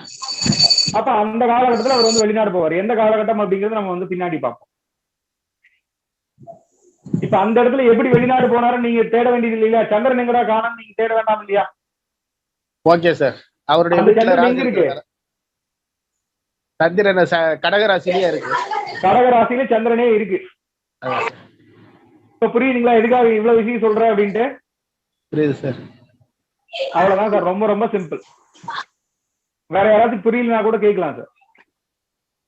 சார் ராசி சொல்றீங்களா சார்? மேச ராசி, ரிஷபம், இதனொன்னு அதோடைய காரகத்தன்மையை ஒரு இது மாதிரி கொடுக்க முடியாதுங்களா? நான் கொடுக்குறேன் சார், கொடுக்குறேன். அதை கொடுத்துட்டா இன்னும் கொஞ்சம் எளிதா இருக்கும். கிரகத்துடைய காரகத்துவத்தையும் கொடுத்துட்டீங்கன்னா கிரகத்தை இதே மாதிரி பேசுவோம் சார். கிரகத்தை இதே மாதிரி பேசுவோம். ஒவ்வொரு கிரகத்துக்குமே ஒவ்வொரு வழிமுறை இருக்கு. Okay sir. ஒரு தத்துவத்தை அடிப்படையில் தான் கிரகத்தை வந்து கொடுத்து வச்சிருக்காங்க. சரிங்க சார். புரியுங்களா? அந்த கிரகத்துடைய தத்துவம் என்ன, அதோட தனித்தன்மைகள் என்ன, எப்படி அது பயன்படுது அப்படிங்கிற மாதிரி எல்லாமே நம்ம வந்து பார்ப்போம். சரிங்களா? இப்ப இதெல்லாமே தெரிஞ்ச விஷயமா தான் இருக்கும். உங்களுக்கு இன்னைக்கு பார்த்தது எல்லாமே மேக்சிமம் தெரிஞ்ச விஷயமா தான் இருக்கும். அதை எப்படி நம்ம அப்ளை பண்றோம் அப்படிங்கறதுதான் விஷயமே இருக்கு. நம்ம படிக்கலாம், நிறைய விஷயங்கள் படிக்கலாம். அதை நீங்க வந்து பயன்படுத்தணும்.